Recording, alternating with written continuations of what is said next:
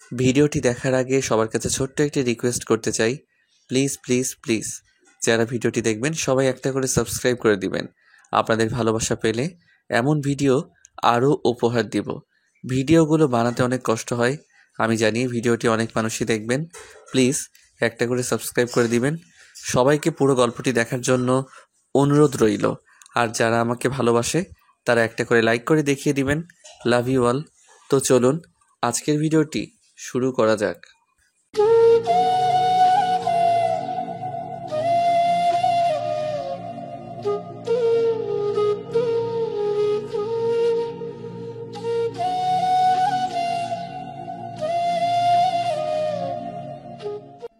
এক পিচ্ছি মেয়ে আমার মন নিল কাড়িয়া, পারো যদি তোমরা তারে দাও গো আনিয়া। এক পিস পড়ল পিঠে। আরে আপনারা বুঝতে পারেন নাই, মানে হলো আমার ডাইনি বান্ধবী কোথা থেকে এসে আমার পিঠে একটা ঘুষি মারলো।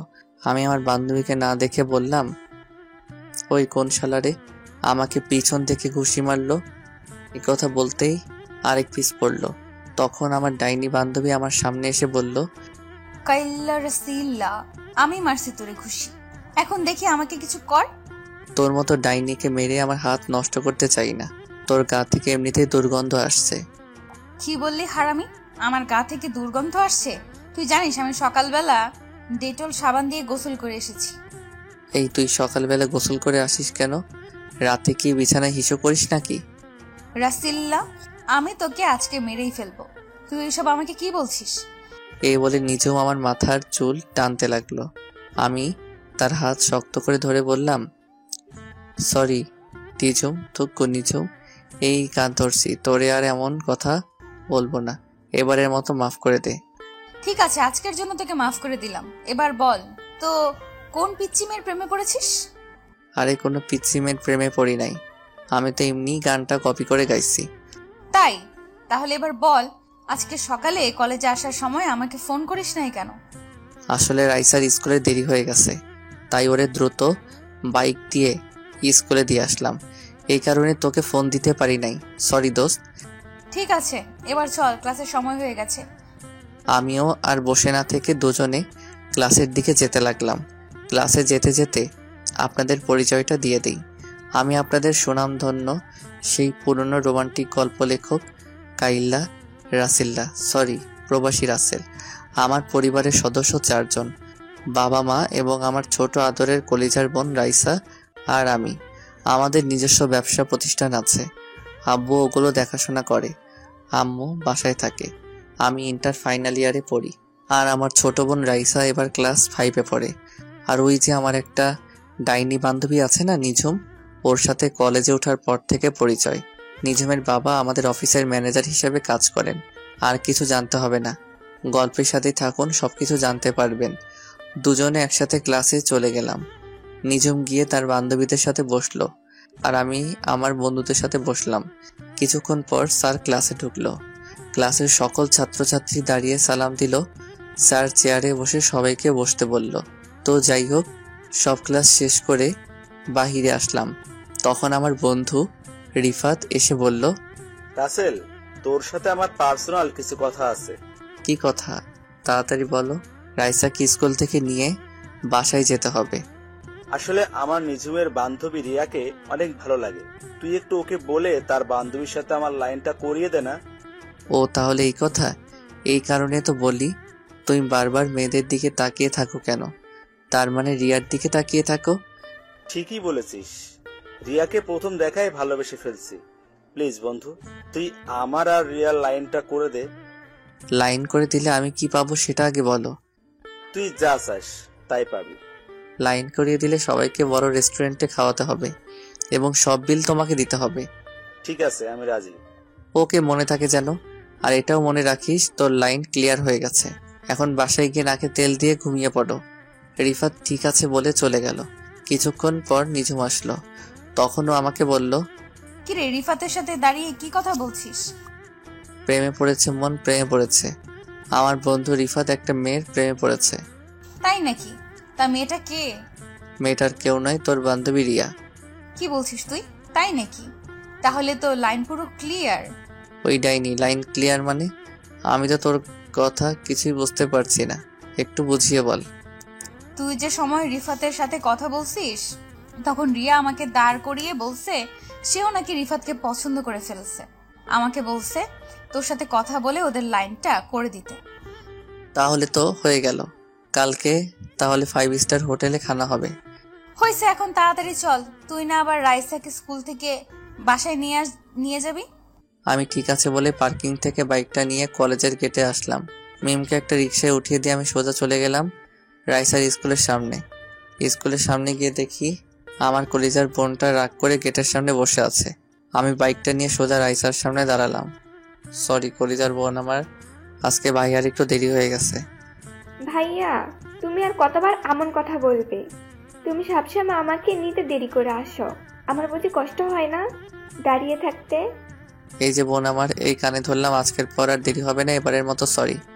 সরি বলে কাজ হবে না, আমার আইসক্রিম এবং চকলেট কিনে দিতে হবে। ঠিক আছে দিব, এবার বাইকে ওঠো। রাইসা একটা মুচকি হাসি দিয়ে বাইকের পিছনে উঠলো। আমার বোনের মিষ্টি হাসি দেখলে আমার দিন অনেক ভালো কাটে। বোনের কান্না আমি সহ্য করতে পারি না। আজ পর্যন্ত রাইসারকে একটা টোকা পর্যন্ত দেই নাই। আব্বু আম্মু সবাই রাইসাকে অনেক আদর করে, আবার ভাববেন না শুধু রাইসাকে আদর করে, আমাকেও কম করে না। তো যাই হোক, রাইসাকে নিয়ে বাসায় চলে আসলাম। আসার সময় রাইসাকে আইসক্রিম এবং চকলেট কিনে দিছি। বাইক পার্কিং করে 2 ভাই বোন বাসার কলিং বেল চাপ দিলাম। খালা এসে দরজা খুলে দিল। খালা মানে কাজের বুয়া, আমি ওনাকে খালা বলে ডাকি। 2 ভাই বোন বাসার ভিতরে ঢুকে আমি আমার রুমে এবং রাইসা তার রুমে চলে গেল। আম্মু কিচেন রুমে ছিল। পরের দিন সকালে ঘুম থেকে উঠে ফ্রেশ হয়ে 2 ভাই নাস্তা করে বাসার বাহিরে এসে বাইক নিয়ে রাইসাকে তার স্কুলে নামিয়ে দিয়ে আমি কলেজে চলে আসলাম। কলেজের গেট দিয়ে ঢুকে সামনে তাকিয়ে দেখি আমার খাচ্চন্নি ডাইনি বান্ধবী আমার আগে এসে হাজির। আমি বাইকটা পার্কিং করে নিজ রুমের সামনে গেলাম। কিরে ডাইনি, তুই আজকে আমার আগে কলেজে? রাসিল্লা, তোরে আমি মেরেই ফেলবো। তুই আমাকে এই নাম ছাড়া অন্য নামে ডাকতে পারিস না। এর থেকে আর ভালো নাম আমি খুঁজে পাই না। তুই তো এমনিতেই একটা ডাইনি, সব সময় আমার সাথে লেগে থাকিস। কি? তার মানে তুই বলতে চাইছিস আমি সব সময় তোর সাথে ঝগড়া করি? তা নয় তো কি, আমি দেখতে কত সুন্দর, আমার আব্বা আমাকে সুন্দর একটা নাম দিছে রাসেল, আর তুই আমাকে কি নামে ডাকিস? তাই নাকি? তুই অনেক, তোর নামটা অনেক সুন্দর, তাই না? তাহলে আজ পর্যন্ত একটা প্রেম করতে পারলি না কেন? তোর মতো ডাইনি আমার সাথে থাকলে কোনো মেয়ে আমার সামনে আসতে সাহস করে না। কেন, আমি কি বাঘ না ভাল্লুক যে আমাকে তারা ভয় পায়? তার থেকে কম কোথায়, কত সুন্দর সুন্দর মেয়ে কলেজে পড়ে, আমার সাথে কথা বলতে চায়, তোকে সাথে দেখলে আসতে চায় না।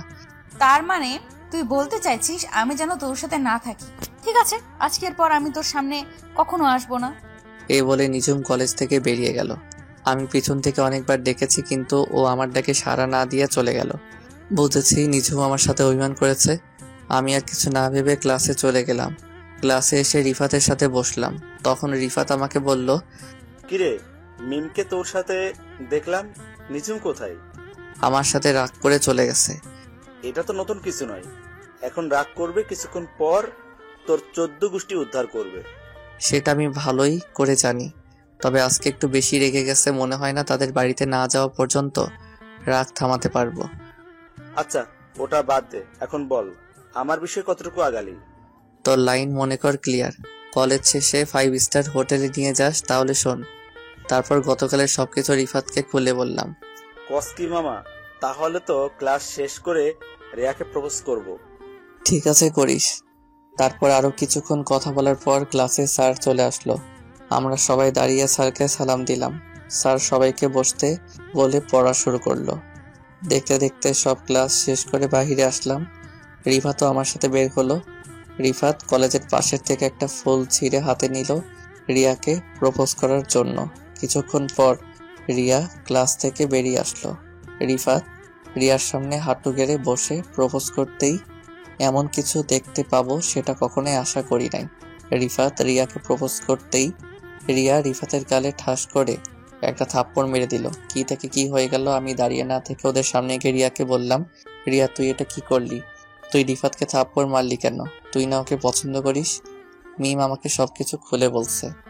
আরে ও ভাবলো কি রে আমি ওকে ভালোবাসবো? যে ছেলে আমার ভাইকে কলেজের সবার সামনে মারতে পারে আমি তাকে ভালোবাসবো? তোর ভাই মানে? তুই কার কথা বলছিস? আমার ভাই হচ্ছে এই এলাকার মেয়র আমজাদ খানের ছেলে, মুরাদ চৌধুরী। রিফাত, তার মানে আমি অসুস্থ থাকা অবস্থায় তুই যে ছেলেকে মারছিস, রিয়া সেই ছেলের কথা বলছে? রাসেল, আর ওই ছেলেটাকে কেন মেরেছি তুই তো সবকিছু জানিস। ও আচ্ছা, তার মানে ঘটনা এখানে। আর রিয়া তোর ভাই তোকে বলে নাই কেন রিফাত তোর ভাইকে মেরেছে? বলেছে, মুরাদ বলেছে। সে নাকি রাস্তা দিয়ে বাইক চালিয়ে আব্বুর এক জনসভায় যাচ্ছিল, তখন হঠাৎ রিফাত কিছু ছেলে নিয়ে আমার ভাইকে আটকে কলেজের মাঠে নিয়ে এসে অনেক মারে। এজন্য আমি এই কলেজে নতুন ভর্তি হই, আমার ভাইয়ের প্রতিশোধ নিতে। এবার রিয়া আমার কথা শোন, তোর ভাই কি করেছে জানিস?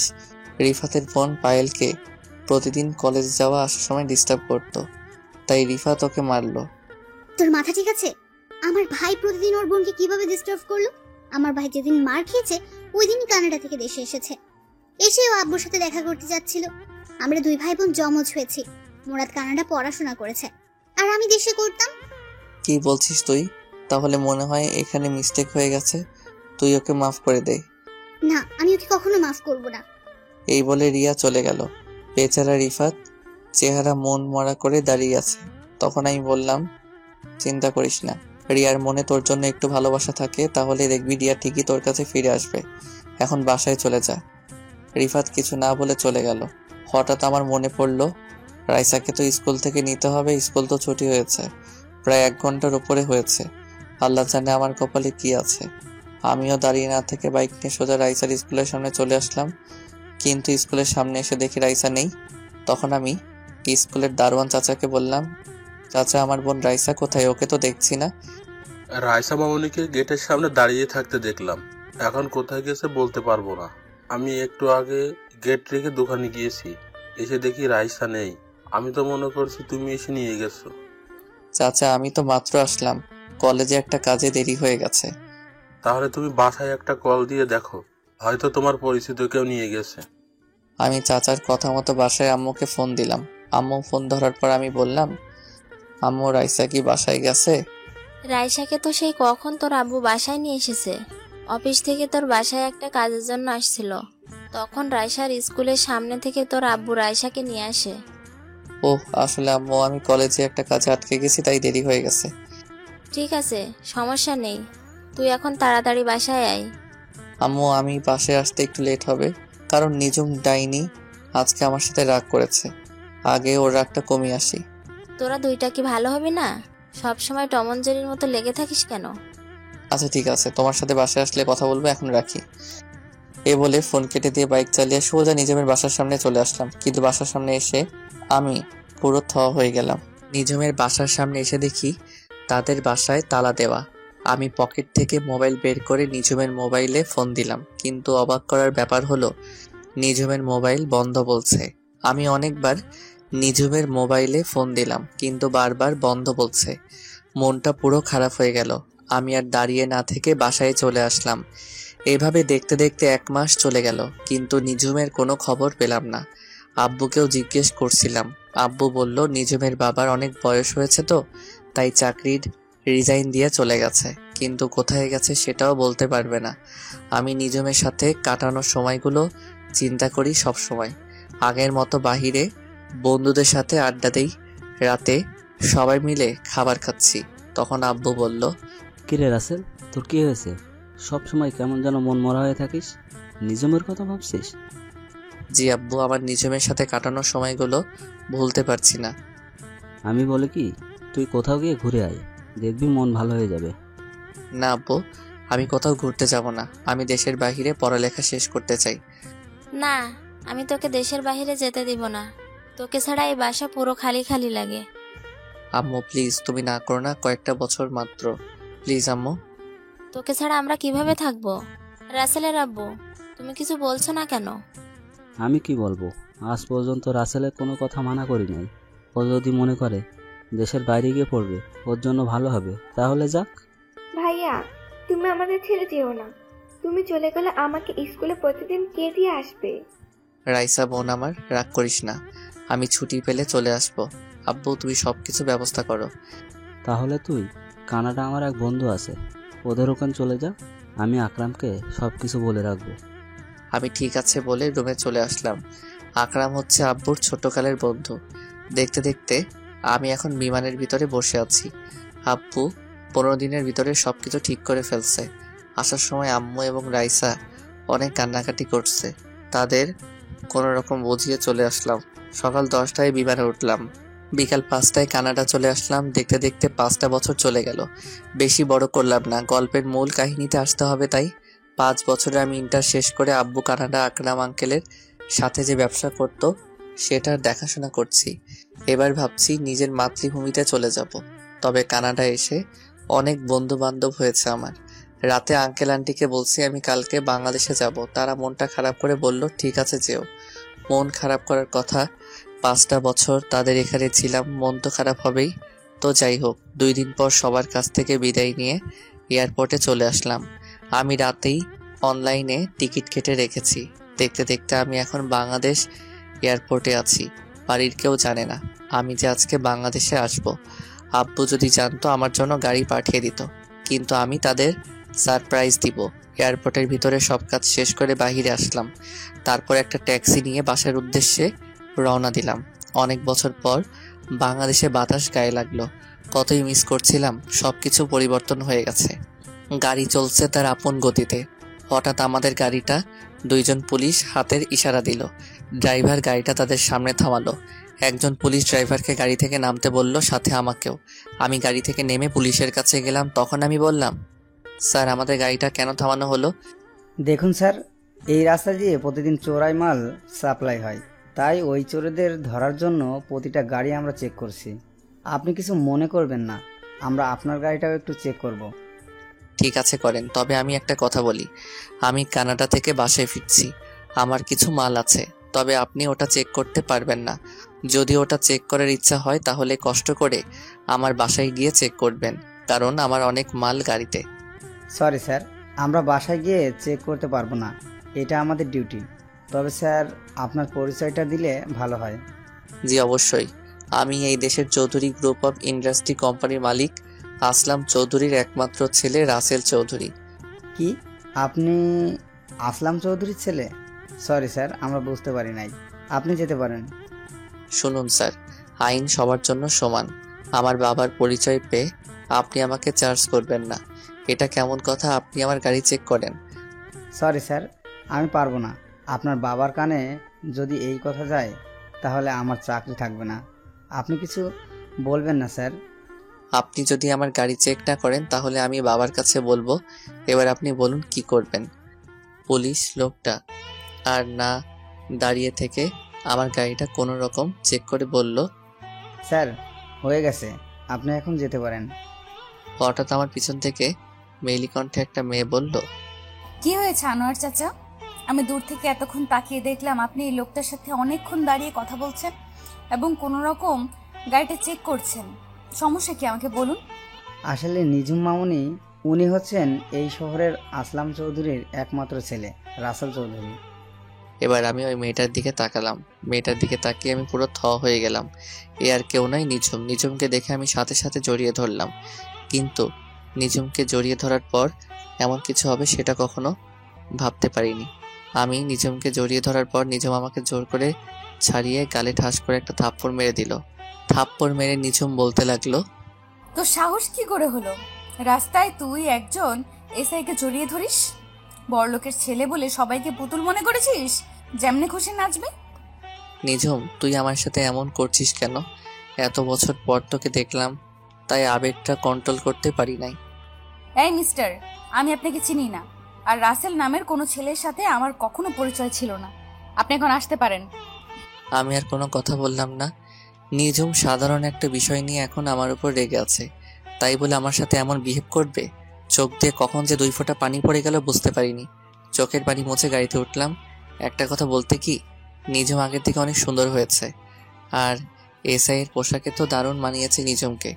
দেখতে দেখতে বাসার সামনে চলে আসলাম, কিন্তু বাসার সামনে এসে তো আমি আরো অবাক হয়ে গেলাম।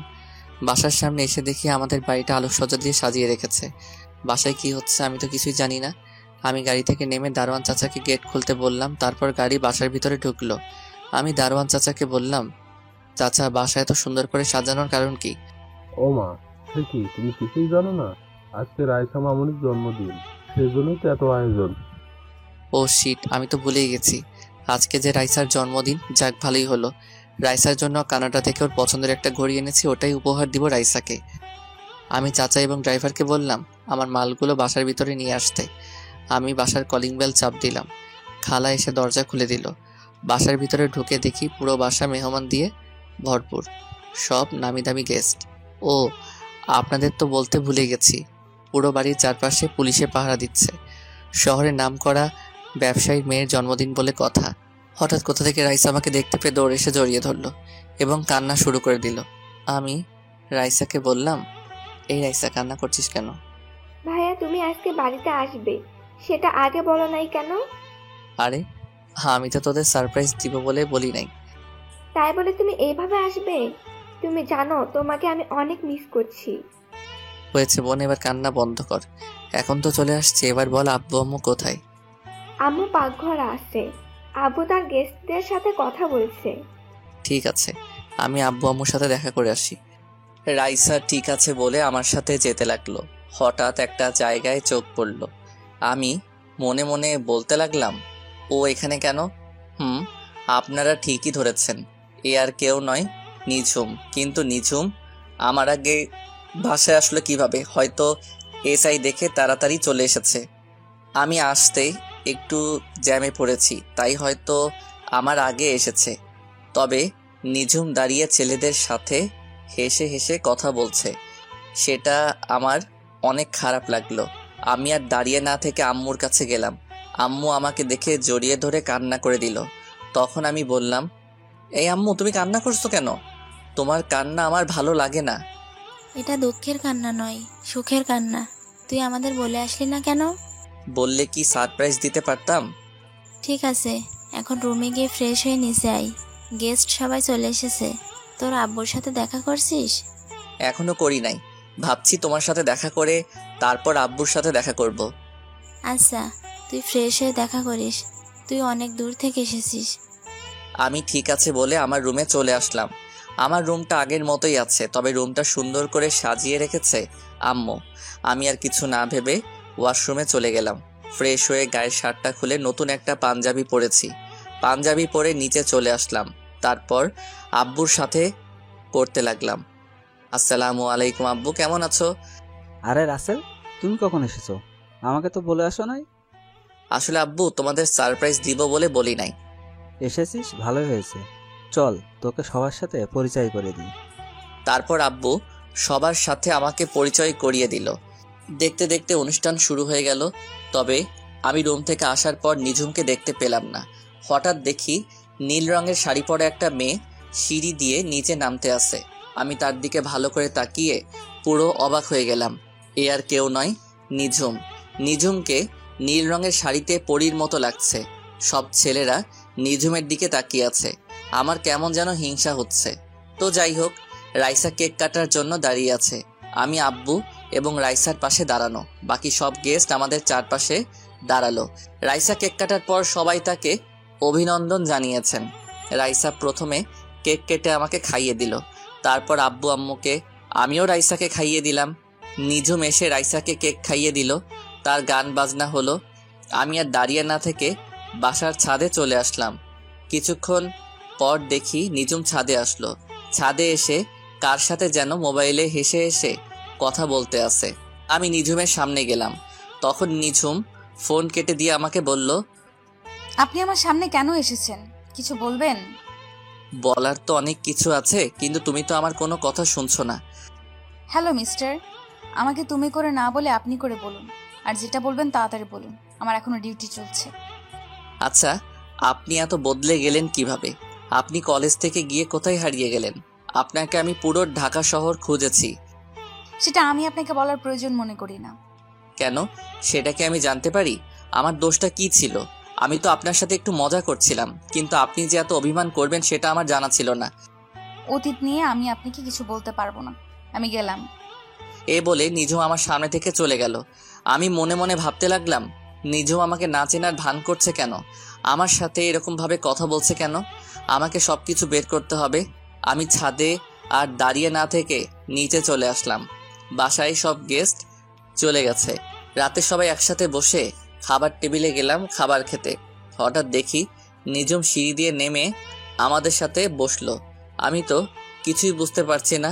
তখন আমি আম্মুকে বললাম, আম্মু, এসআই ম্যাম দেখে আমাদের সাথে খেতে বসেছে, কারণ কি?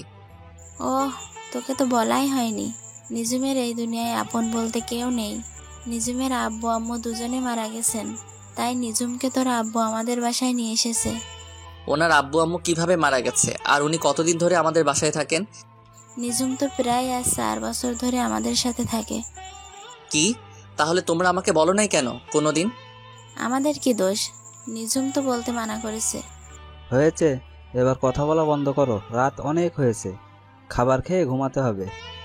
কেউ আর কোনো কথা বলল না, সবাই খাবার খেতে লাগলো। ও, আপনাদের তো বলতে ভুলে গেছি, আমি রাইসার ঘড়িটা দিয়ে দিছি। খাবার খেয়ে রুমে চলে আসলাম। রুমে এসে মোবাইলটা হাতে নিয়ে আমি তো অবাক হয়ে গেলাম। দেখি মায়াজাল আইডি থেকে আমার মোবাইলে অনেকগুলো মেসেজ এসেছে। মায়াজাল আইডিটা আমার এক মেয়ে বন্ধুর, ওর সাথে কানাডা থাকতে পরিচয়, তবে এখনো আমি বন্ধুটাকে দেখি নাই। সে বলেছে যেদিন সামনাসামনি দেখা হবে সেদিন মন ভরে দেখার জন্য। আমিও কখনো তাকে জোর করি নাই। তো যাই হোক, আমি ওকে একটা মেসেজ দিলাম। সরি, মোবাইল আমার সাথে ছিল না, তাই তোমার মেসেজের রিপ্লাই দিতে পারি নাই। সমস্যা নেই, তো কি করো তুমি? এই তো খাবার খেয়ে রুমে আসলাম। আজকে আমার ছোট বোন রাইসার জন্মদিন গেছে। কি, তুমি দেশে এসেছো? আমাকে একটু বললে না? সরি, আমি কাউকে জানাই নাই। সবাইকে সারপ্রাইজ দিতে গিয়ে নিজেই সারপ্রাইজড হয়ে গেলাম। বাসায় এসে শুনি রাইসার জন্মদিন আজকে। আমি নিজেই ভুলে গেছি রাইসার জন্মদিনের কথা। ঠিক আছে, এবারের মতো মাফ করে দিলাম। তা তোমার নিজমের কোনো খোঁজ পেলে? আসলে আমি সবকিছু ওর সাথে শেয়ার করছি, তখন আমি বললাম, খোঁজ পেয়েছি, তবে আগের নিজুম আর এখনকার নিজুমের মধ্যে অনেক পার্থক্য। কি বলছো তুমি? কেন হয়েছে? আমাকে একটু খুলে বলো। তাহলে শোনো। তারপর সবকিছু খুলে বললাম, প্রথম থেকে শেষ পর্যন্ত। আমার মনে হয় কি কোনো কিছুর কারণে তোমার সাথে এখন অভিমান করে আছে। তুমি তার সাথে যে দোষ করেছো ওটা তো কোনো দোষের কাতারে পড়ে না। তা ঠিক আছে, কিন্তু ও আমার সাথে কেন এমন করছে আমার তো মাথায় কিছুই ঢুকছে না। চিন্তা করো না, তুমি তার সাথে লেগে থাকো, দেখবে সবকিছু ঠিক হয়ে যাবে। ঠিক আছে, তোমার কথা যেন সত্যি হয়। ভালো থেকো, আল্লাহ হাফেজ। এটা বলে আমি নেট বন্ধ করে শুয়ে গেলাম। পরের দিন সকালে রাইসা এসে ডাকতে শুরু করলো। তখন আমি রাইসাকে বললাম, কি রে রাইসা, এত সকাল সকাল ডাকছিস কেন? আব্বু তোমাকে ডাকছে। নিজুম আপুর গাড়ি নষ্ট হয়ে গেছে, তাই আব্বু বলছে তুমি নিজুম আপুকে থানায় দিয়ে আসতে। ঠিক আছে, তুই যা, ভাইয়া ফ্রি হয়ে আসতে আসি। রাইসা ঠিক আছে বলে রুম থেকে বেরিয়ে গেল। আমিও বিছানা থেকে উঠে ওয়াশরুমে ঢুকে ফ্রেশ হয়ে নিচে চলে আসলাম। নিচে এসে দেখি নিজুম পুলিশের ড্রেস পরে দাঁড়িয়ে আছে। আমি নিজুমকে বললাম, আপনি নাস্তা করছেন? যদি করে থাকেন তাহলে বাইরে গিয়ে দাঁড়ান, আমি হালকা নাস্তা করে আসছি। আমি নাস্তা করেছি, আপনি নাস্তা করে আসুন, আমি বাহিরে দাঁড়ালাম। এ বলে নিজুম চলে গেল। তখন আমি আব্বুকে জিজ্ঞেস করলাম, আচ্ছা আব্বু, নিজুম পুলিশের চাকরি কবে থেকে করে? এমনি তো আমি জানতাম ওর পুলিশে চাকরি করার অনেক শখ ছিল। তোকে পরে এক সময় বলবো, মেয়েটা বাহিরে দাঁড়িয়ে আছে। আমি ঠিক আছে বলে হালকা নাস্তা করে বাহিরে আসলাম। তারপর আমার বাইকটা বের করলাম। দারোয়ান চাচা সবসময় বাইকটা পরিষ্কার করে রেখেছে। আমি বাইকে উঠে বসলাম। নিজুম এসে আমার বাইকের পিছনে বসলো। নিজুমের শরীর আমার পিঠের সাথে লাগার সাথে সাথে শরীর দিয়ে কারেন্ট বয়ে গেল। আজ প্রায় 5 বছর পর নিজুম আমার বাইকের পিছনে বসলো। অন্যরকম একটা অনুভূতি কাজ করতে লাগলো। তো যাই হোক, আমি বাইক চালাচ্ছি, হঠাৎ নিজুম বলল, বাইকটা একটু ওই পার্কের সামনে রাখেন তো, আপনার সাথে আমার কিছু কথা আছে। আমার সাথে কি কথা আছে যেটা বাইক থামিয়ে শুনতে হবে? সেটা আপনি বাইক থামানোর পর শুনতে পারবেন। আপনাকে যেটা বলছি সেটা করেন। আমি বাইক পার্কিং করে নিজুমের সাথে পার্কের ভিতরে গেলাম, কিন্তু পার্কের ভিতরে যাওয়ার পর আমার সাথে এমন কিছু হবে সেটা আমি কখনো ভাবিনি। পার্কের ভিতরে যাওয়ার পর নিজুম আমাকে জড়িয়ে ধরে ঠোঁটের সাথে ঠোঁট লাগিয়ে কিস করতে লাগলো। এমনভাবে কিস করতে লাগলো মনে হয় অনেক দিন জমিয়ে রেখেছে। আমি অনেক কষ্টে নিজুমকে ছাড়িয়ে বললাম, কি ব্যাপার, আপনি আমাকে এভাবে কিস করলেন কেন? কিস করেছি, বেশ করেছি। কুত্তা বিলাই হনুমান, আমাকে এত বছর কষ্ট দিলে কেন? শুনুন, আমি বুঝতে পারি নাই আপনি যে আমার কথায় রেগে যাবেন। আমি তো শুধু মজা করছিলাম। ওই রাসিল্লার বাচ্চা, তুই আমাকে আপনি করে বলছিস কেন? আপনি একজন এসআই, আপনাকে তো সম্মান দিয়ে কথা বলতে হবে, তা না হলে তো থাপ্পড় মারবেন। আসলে ওই দিন রাস্তায় মানুষের সামনে জড়িয়ে ধরেছিস তো, তাই নিজেকে কন্ট্রোল করতে পারি নাই। ওই দিন না হয় নিজেকে কন্ট্রোল করতে পারেন নাই, তাহলে আজকে পার্কে এত মানুষের সামনে জড়িয়ে ধরে কিস করলেন কেন? আসলে তোকে সামনে দেখলে কেমন যেন জড়িয়ে ধরতে ইচ্ছে করে, তাই আজকে পার্কে জড়িয়ে ধরলাম। জড়িয়ে ধরলেন ভালো কথা, তাহলে আমাকে কিস করলেন কেন? ভালোবাসার মানুষকে কিস করতেই পারি, এটা স্বাভাবিক। ভালোবাসার মানুষ মানে? আপনি কি বলছেন? মাথা ঠিক আছে আপনার? আমি একজন এসআই, আমার মাথা সবসময় ঠিক থাকে। কিন্তু আমি তো কখনো আপনাকে ভালোবাসি নাই। ভালোবাসিস নাই, এখন থেকে ভালোবাসতে শুরু কর, আর তোর এই আপনি বলা বন্ধ কর। সরি নিজুম ম্যাম, আপনি একজন এসআই, আমি আপনাকে ভালোবাসতে পারবো না, কারণ অন্য আরেকজনকে ভালোবাসি। ও সরি, আমি বুঝতে পারি নাই, তুমি আমাকে মাফ করে দিও। ঠিক আছে, তবে এরকম ভুল আর যেন না করেন। তো চলুন আপনাকে থানায় নামিয়ে দিয়ে আসি। তোকে আর কষ্ট করতে হবে না, আমি একাই যেতে পারবো। এই বলে নিঝুম পার্ক থেকে বেরিয়ে গেল মন খারাপ করে। আপনারা কি মনে করেছেন আমি নিঝুমকে ভালোবাসি না? তাহলে ভুল ভাবছেন। আমি নিঝুমকে প্রথম দেখায় ভালোবেসে ফেলেছি। ওকে একটু কষ্ট দেওয়ার জন্য এমন করেছি, কারণ ও আমাকে থাপ্পড় মেরেছে, ওইটার জন্য একটু কষ্ট দিব। তো যাই হোক, আমি পার্ক থেকে বেরিয়ে বাইক নিয়ে বাসার দিকে আসার সময় হঠাৎ দেখি রিফাতের মতো একটা ছেলে ভিক্ষা করতে আসে। আসলে কানাডা যাওয়ার পর রিফাতের সাথে আর কোনো যোগাযোগ হয়নি। আমি বাইকটা নিয়ে ছেলেটার সামনে গেলাম। আমি দূর থেকে যেটা আন্দাজ করছি সেটাই হয়েছে। আমি রিফাতের সামনে যাওয়ার পর রিফাতের দিকে তাকিয়ে অবাক হয়ে গেলাম। কি রিফাত, কি হয়ে গেল? নোংরা জামা কাপড় পরে আছে, চেহারার দিকে তাকালে বোঝা যায় 2-3 দিন মনে হয় কিছু খাইনি। আমি রিফাতকে বললাম, কিরে রিফাত, কেমন আছিস? আর তোর এই অবস্থা কেন? তুই তো এমন ছিলি না, কি হয়েছে আমাকে সবকিছু খুলে বল। বন্ধু, তোকে সবকিছু বলবো। 2 দিন ধরে কিছু খাইনি, খুব ক্ষুধা লাগছে। এই 2 দিন ধরে পানি খেয়ে আসি। আমাকে হোটেলে ভাত খাওয়াবি? আরে তুই এটা কি বলছিস? তুই 2 দিন ধরে না খেয়ে আছিস, তাড়াতাড়ি আমার সাথে হোটেলে চল। এই বলে রিফাতকে নিয়ে একটা হোটেলে গেলাম। তারপর রিফাতকে পেট ভরে খাবার খাওয়ালাম। এরপর দুজনে রাস্তার পাশে একটা জায়গায় বসলাম। তখন আমি বললাম, এবার বল তোর এই অবস্থা কেন? তোদের তো কখনো কোনো কিছুর কমতি ছিল না। তাহলে শোন, এই সব কিছুর জন্য ওই রিয়া মেয়েটাই দায়ী। মানে কি বলছিস তুই? রিয়া তোর সাথে কি করেছে? রিয়া শুধু আমার সাথে করে নাই, ওর বাবা মিলে করেছে। তুই বলছিস না, রিয়ার মনে যদি আমার জন্য ভালোবাসা থাকে তাহলে রিয়া ঠিকই আমার কাছে ফিরে আসবে। সেটা তো আমি বলেছি, তারপর কি হলো? তোর কথা মতো রিয়া কিছুদিন পর আমার কাছে এসে ক্ষমা চেয়ে ভালোবাসি বলেছে, কিন্তু ওর মনে যে অন্যটা ছিল সেটা আমার জানা ছিল না। 2-3 মাস ভালোই আমাদের প্রেম চলছিল, হঠাৎ রিয়া আমার সাথে এমন কিছু করবে সেটা আমি কখনো ভাবিনি। হঠাৎ তোর সাথে রিয়া কি করেছে? হঠাৎ একদিন রিয়া আমাকে বলছে আমার বাবাকে নিয়ে যেন তাদের বাসায় যাই। আমিও আব্বুকে বুঝিয়ে রিয়াদের বাসায় আব্বুকে নিয়ে যাই। তাহলে একটু চলুন, ওখানে কি হয়েছে তাদের মুখ থেকে শুনে আসি। আমরা একটু অতীত থেকে ঘুরে আসি। রিফাত তার আব্বুকে নিয়ে রিয়াদের বাসার সামনে দাঁড়িয়ে কলিং বেল চাপ দিল। কিছুক্ষণ পর কাজের বুয়া এসে দরজা খুলে দিল। রিফাত এবং তার আব্বু ভিতরে গিয়ে সোফায় বসলো। কিছুক্ষণ পর রিয়া এবং রিয়ার আব্বু ওপর থেকে সিঁড়ি দিয়ে নেমে আসলেন। তখন রিয়ার আব্বু বলল, আরে খান সাহেব, কেমন আছেন? ব্যবসা বাণিজ্য কেমন চলছে? আলহামদুলিল্লাহ ভালো আছি। আপনি কেমন আছেন? ব্যবসা আল্লাহ দিলে ভালোই চলছে। আমিও ভালো আছি। তো যে জন্য আপনাকে ডেকেছি, আমার মেয়ে রিয়া এবং আপনার ছেলে রিফাত দুজন দুজনকে অনেক বেশি ভালোবাসে। তাই আমি কি বলতে চাইছি আপনি হয়তো বুঝতে পারছেন। বুঝতে পেরেছি। এখানে আমার কোনো আপত্তি নেই। আপনি একজন মেয়র মানুষ, আপনি যেটা ভালো মনে করবেন সেটাই করেন। ঠিক আছে, তবে আমার একটা শর্ত আছে। আপনি আপনার সব সম্পত্তি আপনার ছেলের নামে লিখে দিতে হবে। আরে এটা কোনো শর্ত হলো? আমার সম্পত্তির অর্ধেকের মালিক তো আমার ছেলে, আর আমি মরে গেলে তো সব কিছু আমার ছেলেরই হবে। ঠিক আছে, আপনি যদি এতে খুশি হন তাহলে আমি আজকে রিফাতের নামে বাকি অর্ধেক সম্পত্তি এবং আমার সব কিছু ওকে লিখে দেব। এরপর আরো কিছুক্ষণ কথা বলে রিফাত এবং তার আব্বু বাসায় চলে এসেছে। 1 সপ্তাহের ভিতরে রিফাতের আব্বু সবকিছু রিফাতের নামে লিখে দিল। এর কয়েকদিন পর রিফাতের আব্বু অফিস থেকে বাসায় ফিরছিল। তখন হঠাৎ কিছু লোক রিফাতের আব্বুর গাড়ি দাঁড় করায়। রিফাতের আব্বু গাড়ি থেকে নামার সাথে সাথে লোকগুলো রিফাতের আব্বুকে গাড়ির সাথে বেঁধে ফেলে। বেঁধে ফেলার পর একটা গাড়ি থেকে রিয়া এবং রিয়ার আব্বু নেমে রিফাতের আব্বুর সামনে আসে। তখন রিফাতের আব্বু বলল, মেয়র সাহেব, আপনি এখানে? আর রিয়া মামুনি, তোমরা এখানে কেন? আপনি কি বুঝতে পারেননি?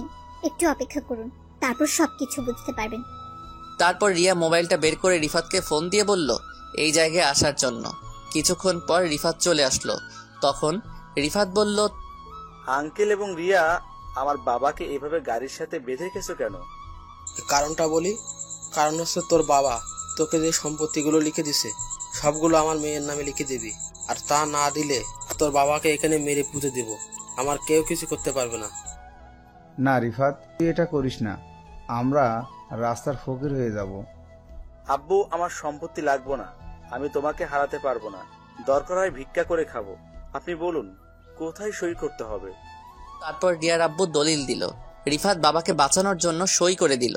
এরপর থেকে রিফাত রাস্তায় রাস্তায় ভিক্ষা করে খায়। এই ছিল রিফাতের অতীতের সব ঘটনা। এবার বাস্তবে আসা যাক। আমি রিফাতকে বললাম, তাহলে এখন তোর বাবা মা কোথায়? আব্বু আম্মুকে নিয়ে এখন একটা বস্তিতে থাকি। আম্মু অসুস্থ হয়ে পড়ে আছে। আব্বু আমার মতো মানুষের কাছে ভিক্ষা করে। কি বলবো, বলার ভাষা হারিয়ে ফেলেছি। মানুষ মানুষের সাথে এমনটা করতে পারে? নিজের চোখ দিয়ে পানি পড়তে লাগলো। আমি চোখের পানি মুছে রিফাতকে বললাম, ঠিক আছে, আমাকে নিয়ে তোদের বস্তিতে চল, আমি তোর মাকে দেখব। রিফাত ঠিক আছে বলে আমার বাইকের পেছনে উঠলো। কিছুক্ষণ পর বস্তিতে চলে আসলাম। বস্তিতে আসার পর চারপাশে ময়লার গন্ধ। মানুষ কিভাবে থাকে এখানে? আমার 1 মিনিটে দম বন্ধ হয়ে আসছে। আর এরা বছরের পর বছর এখানে বাস করে। রিফাত আমাকে তাদের রুমে নিয়ে গেল। রুমে ঢুকে দেখি রিফাতের আম্মু একটা ছেঁড়া কাঁথা মুড়ি দিয়ে শুয়ে আছে। রুমে খাবার কিছু নেই। বাপ বেটা মিলে যা ইনকাম করে তা রিফাতের আম্মুর ঔষধে লাগে। আমি আর সহ্য করতে না পেরে রিফাতকে বললাম, রিফাত, আমি তোর কোনো কথা শুনবো না, তুই এখনই আন্টিকে কোলে নিয়ে বেরিয়ে আয়। আমি গাড়ি ঠিক করতে আসি। তোরা সবাই আজকে থেকে আমার বাসায় থাকবি, আর রিয়া আর মেয়রের ব্যবস্থা পরে করব। এই বলে আমি বস্তির ভিতর থেকে বেরিয়ে আসলাম। রিফাত ওর আম্মুকে নিয়ে কিছুক্ষণ পর বেরিয়ে আসলো। এর ফাঁকে আমি একটা গাড়ি ঠিক করে ফেলেছি।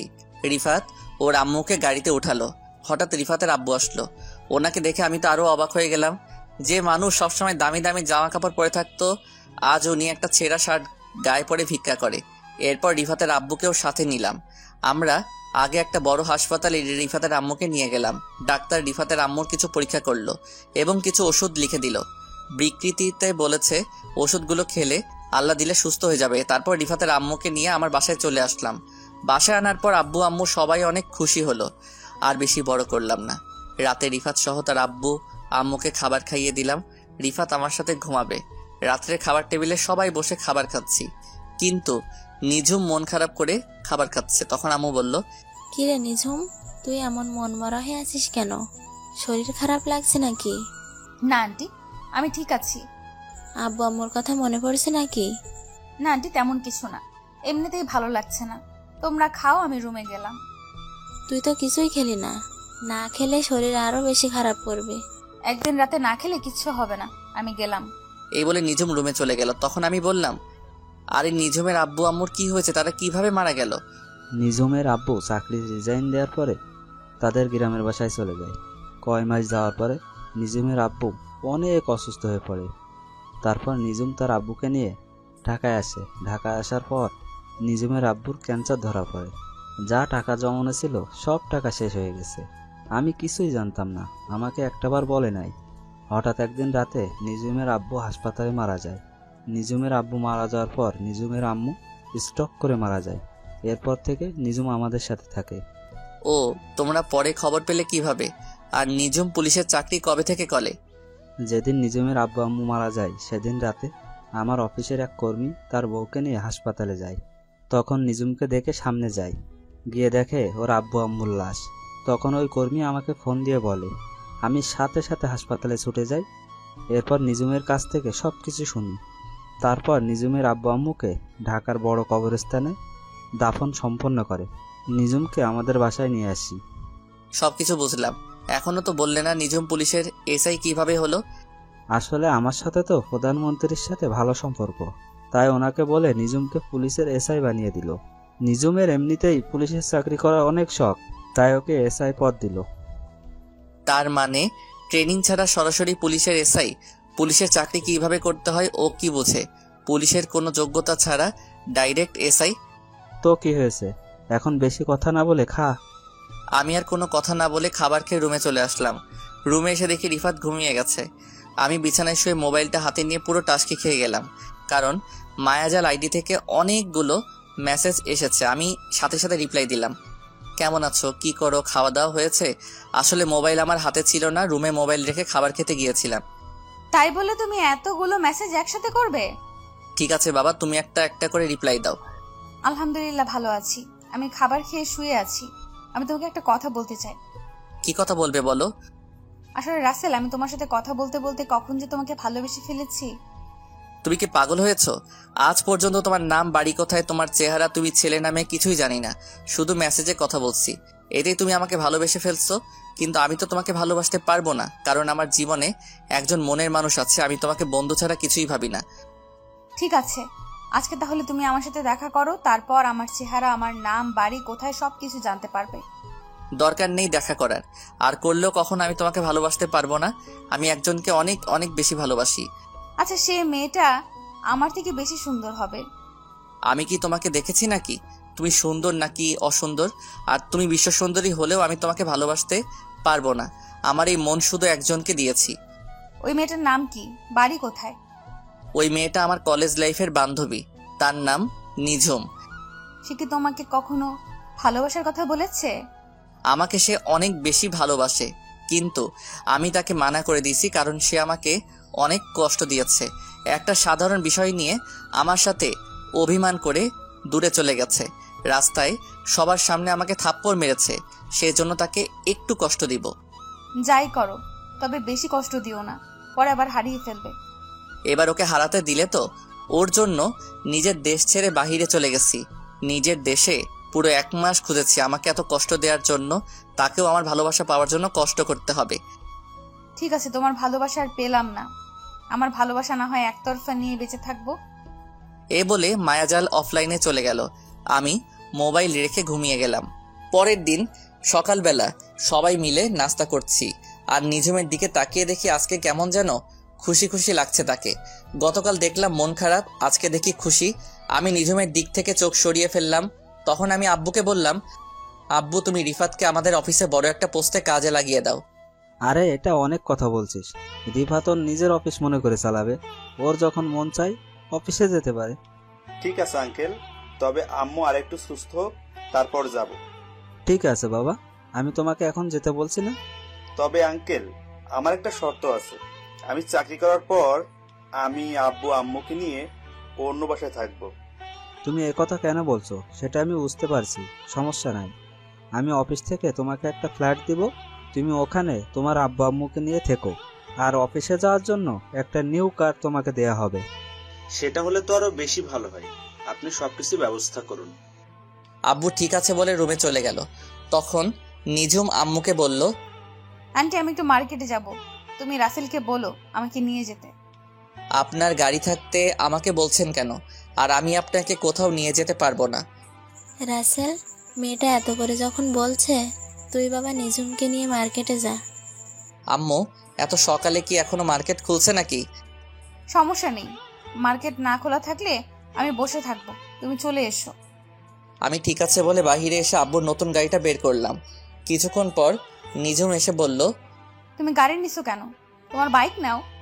হ্যালো এসআই ম্যাম, আমার যেটা ভালো লাগে আমি সেটাই নিব। আমি আপনার চাকর না যে আপনি যেটা বলবেন আমি সেটাই করব। নিঝুম মুখ ভেক্সি দিয়ে গাড়িতে উঠলো। কিছুক্ষণ পর মার্কেটের সামনে চলে আসলাম। তখন নিঝুম বলল, তুমি 5টা মিনিট দাঁড়াও, আমি ভেতর থেকে আসছি। এই বলে নিঝুম গাড়ি থেকে নেমে মার্কেটের ভিতরে ঢুকে গেল। আমি গাড়ির ভিতরে বসে মোবাইল টিপতে লাগলাম। প্রায় আধা ঘন্টা হয়ে গেল, নিঝুমের আসার কোনো নাম গন্ধ নেই। 5 মিনিটের কথা বলে গেছে। আমি গাড়ি থেকে নেমে মার্কেটের ভিতরে গেলাম। অনেকক্ষণ খুঁজলাম, পেলাম না, তাই মার্কেট থেকে বের হয়ে আসতে হঠাৎ একটা জায়গায় চোখ পড়লো।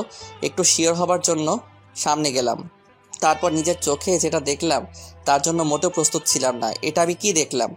নিজের চোখে বিশ্বাস করাতে পারছি না। তাহলে চলুন কি দেখেছি। আমি দেখলাম একটা ছেলে নিঝুমকে কিস করছে। নিঝুমও ছেলেটার সাথে তাল মিলিয়ে যাচ্ছে। আমি আর 1 সেকেন্ড না দাঁড়িয়ে সোজা গাড়ির কাছে চলে আসলাম। এটা আমি কি দেখলাম? নিঝুম এত খারাপ?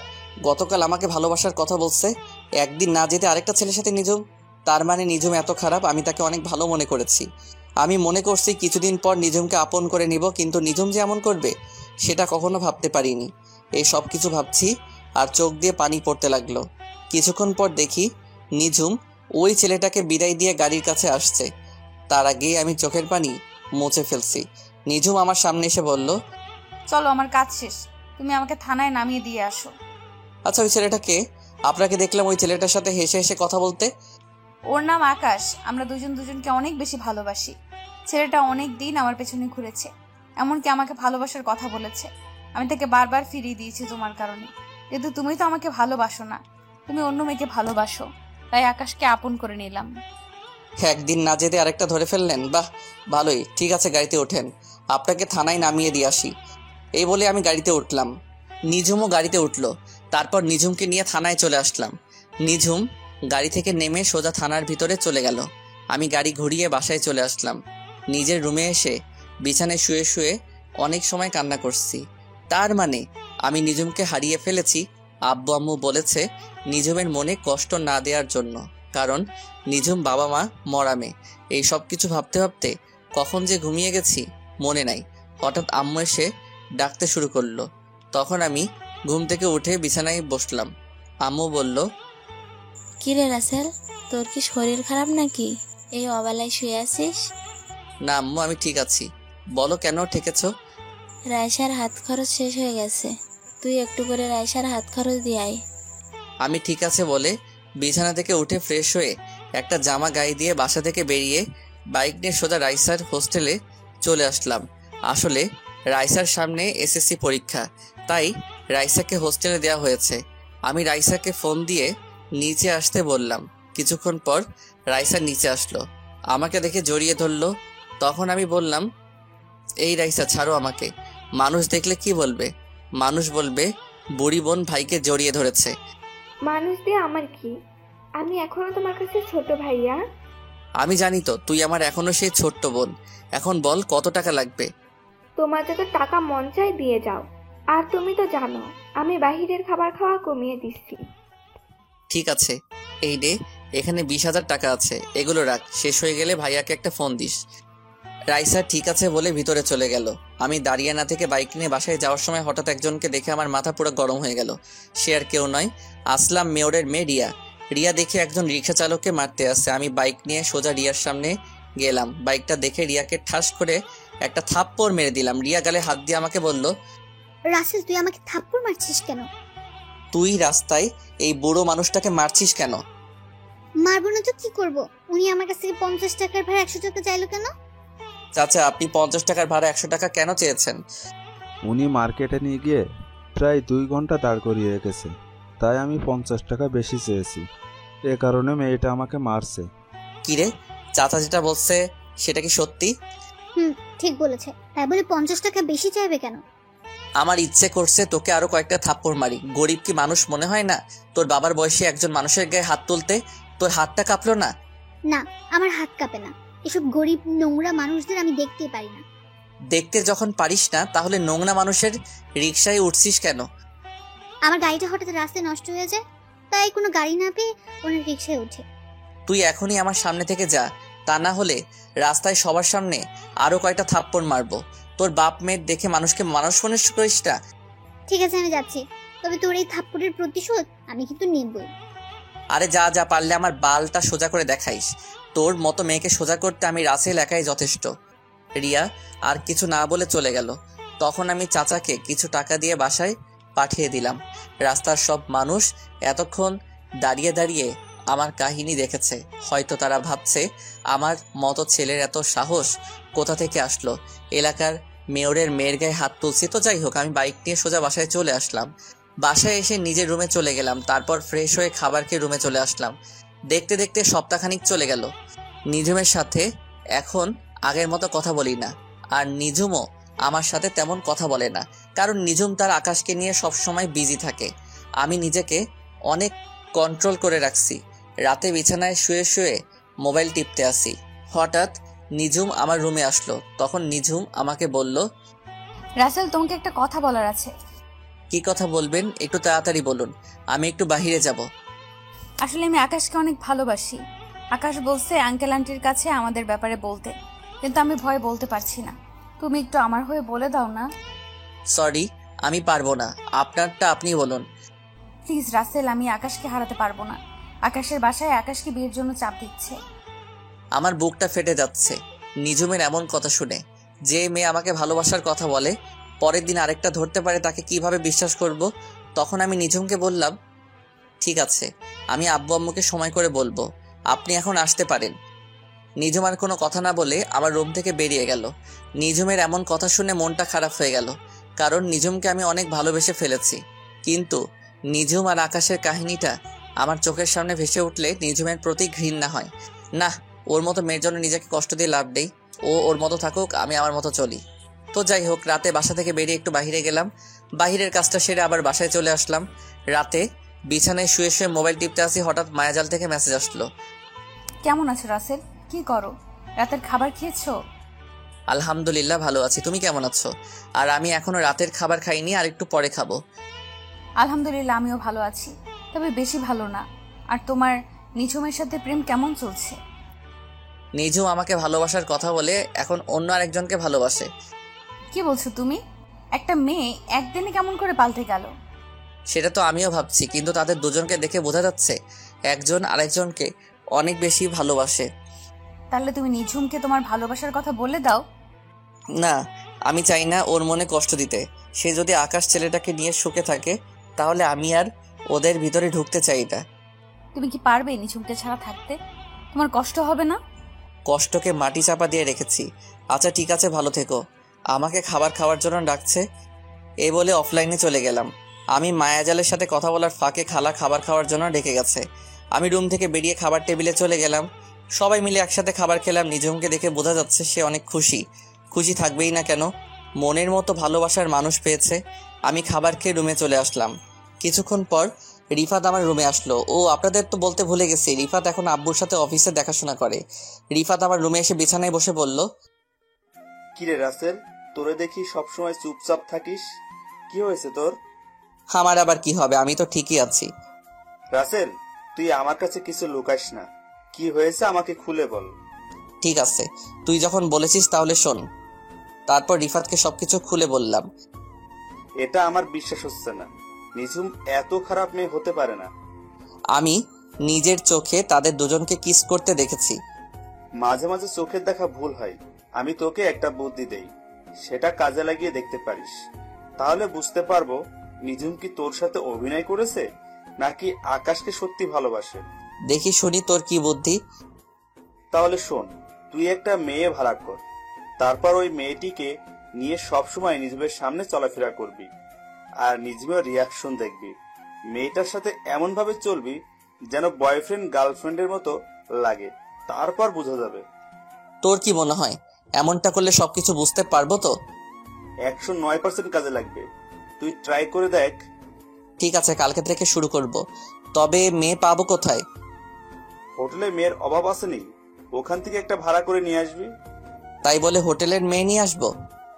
আরে মা তো কিছুদিনের জন্য। ঠিক আছে, কালকে একটা মেয়ে হোটেল থেকে নিয়ে আসবো। এখন রুমে গিয়ে শুয়ে পড়। রিফাত ঠিক আছে বলে তার রুমে চলে গেল। আসলে রিফাতকে আমার পাশের রুমে দিছি, কারণ রিফাত সারা রাত নাক ডেকে ঘুমায়, তাই ওরে আমার পাশের রুমে দিছি। আপনারা আবার রিফাতকে বলে দিয়েন না।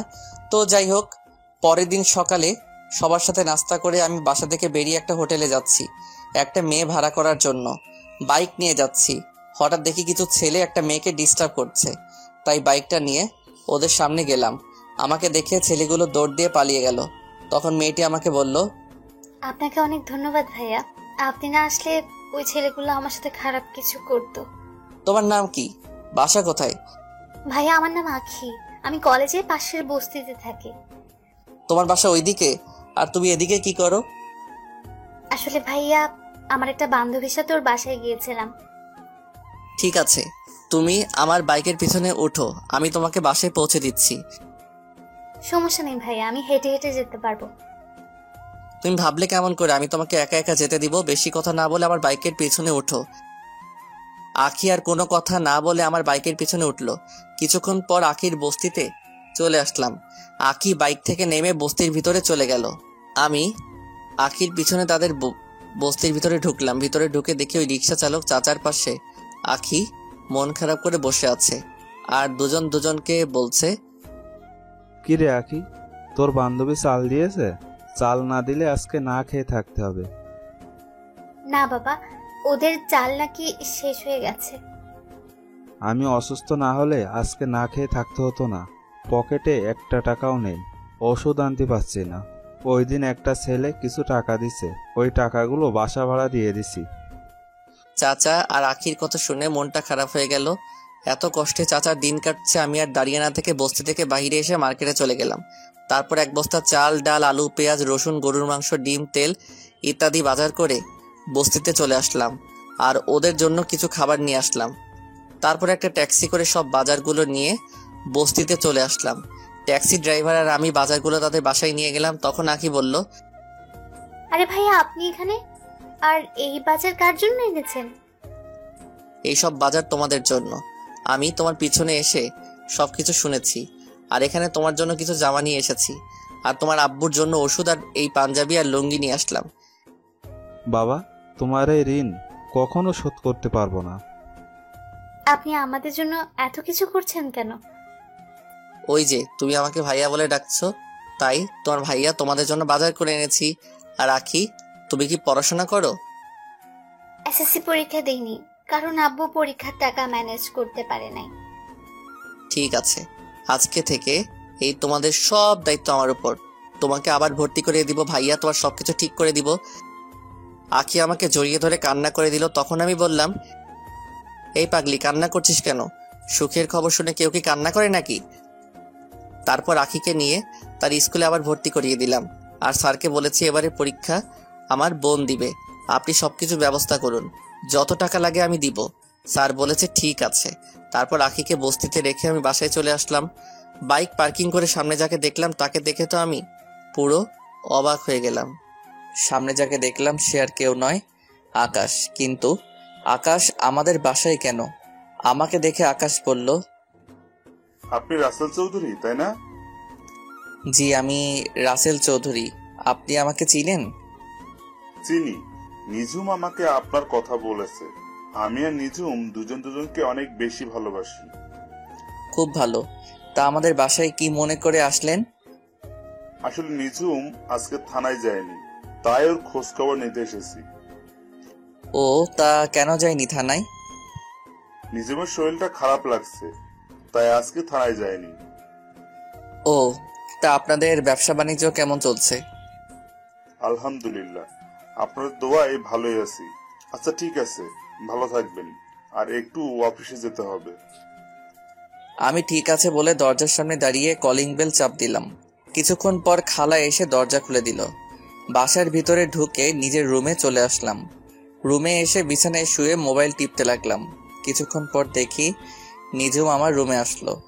নিঝুম আমার রুমে এসে বলল, সারাদিন কোথায় ছিলে? আকাশ আমাকে দেখতে বাসায় এসেছে, তোমার সাথে পরিচয় করে দিতে পারলাম না। পরিচয় করিয়ে দেওয়ার দরকার নেই, আমার সাথে দেখা হয়েছে এবং পরিচয় হয়েছে। তো আকাশের সাথে কথা বলে কেমন লাগলো? মানে আকাশ ছেলেটা তোমার কাছে কেমন লেগেছে? ভালোই। তা এখন বলুন, আমার রুমে কেন এসেছেন? আর আপনি আজকে থানায় যাননি কেন? কি হয়েছে আপনার? আসলে শরীরটা কেমন যেন খারাপ লাগছে। আমি কানাডা থেকে আসার পর কয়দিন আপনি থানায় গেছেন? আর না গেলে সমস্যা কি? আপনি তো আবার বিনা যোগ্যতায় এসআই হয়েছেন। তুমি আমাকে এইভাবে বলতে পারলে? আমি কিন্তু তোমার কথায় রাগ করেছি। আপনি আমার সাথে রাগ করলে আমার কি যেটা সত্যি সেটাই বললাম। তোমার সাথে কথা বলাই আমার ভুল হয়েছে। আমি গেলাম আমার রুমে। আপনাকে তো আমি ডাকি নাই, আপনি নিজে এসেছেন আমার রুমে। আমার কথা শুনে নিঝুম মুখ বাঁকিয়ে রুম থেকে বেরিয়ে গেল। আমি কিছুক্ষণ মোবাইল টিপে ওয়াশরুমে ঢুকে ফ্রেশ হয়ে খাওয়া দাওয়া করে নিজের রুমে এসে একটা ঘুম দিলাম। দেখতে দেখতে আরও সপ্তাহখানিক চলে গেল। রিফাতকে আব্বু একটা বাসা দিয়েছে। রিফাত তার আব্বু আম্মুকে নিয়ে নতুন বাসায় থাকে। আর নিঝুম ওই দিনের পর থেকে আমার সাথে তেমন কথা বলে না। আমিও নিঝুমের সাথে তেমন কথা বলি না। একদিন সকালে নাস্তা করে বাসার বাইরে আসলাম। নিঝুম আজকে সকাল সকাল থানায় চলে গিয়েছে। আমি বাইক নিয়ে আখির সাথে দেখা করতে যাচ্ছি। হঠাৎ একটা পার্কে আমার চোখ গেল। দেখি নিঝুমের মতো একটা মেয়ে পুলিশের জামা পরে বসে আছে একটা ছেলের সাথে। আমি বাইকটা নিয়ে তাদের একটু কাছাকাছি গেলাম। আমি ঠিকই ধরেছি, নিঝুম আর আকাশ একসাথে বসে গল্প করছে। তার মানে আজকে সকাল সকাল বাসা বেরিয়ে আকাশের সাথে দেখা করতে এসেছে। আমি আর কিছু না ভেবে আখির বাসায় চলে গেলাম। ও আপনাদের তো বলতে ভুলে গেছে, আখি আর আখির বাবাকে একটা নতুন বাসায় নিয়ে এসেছি। তো যাই হোক, আখির রুমের সামনে এসে কলিং বেল চাপ দিলাম। আখি এসে দরজা খুলে দিল। আমাকে দেখে আখি বলল, আসসালামু আলাইকুম ভাইয়া, কেমন আছো? বাইরে দাঁড়িয়ে আছো কেন? ভেতরে আসো। ওয়ালাইকুম আসসালাম। আলহামদুলিল্লাহ, আমি ভালো আছি। আর আমি এখন ভিতরে যাব না, তোমাকে ওই দিন যে নতুন জামা কিনে দিয়েছি ওইগুলো পরে বাহিরে আসো। ভাইয়া তোমাকে নিয়ে এক জায়গায় যাব।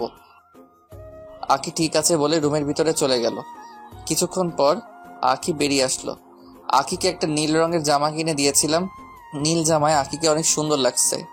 তারপর আখিকে বাইকে করে নিয়ে পার্কে চলে আসলাম। পার্কে এসে দেখি নিঝুম এখন আকাশের সাথে বসে বসে গল্প করছে। আমি বাইক পার্কিং করে আখিকে নিয়ে পার্কের ভিতরে গেলাম।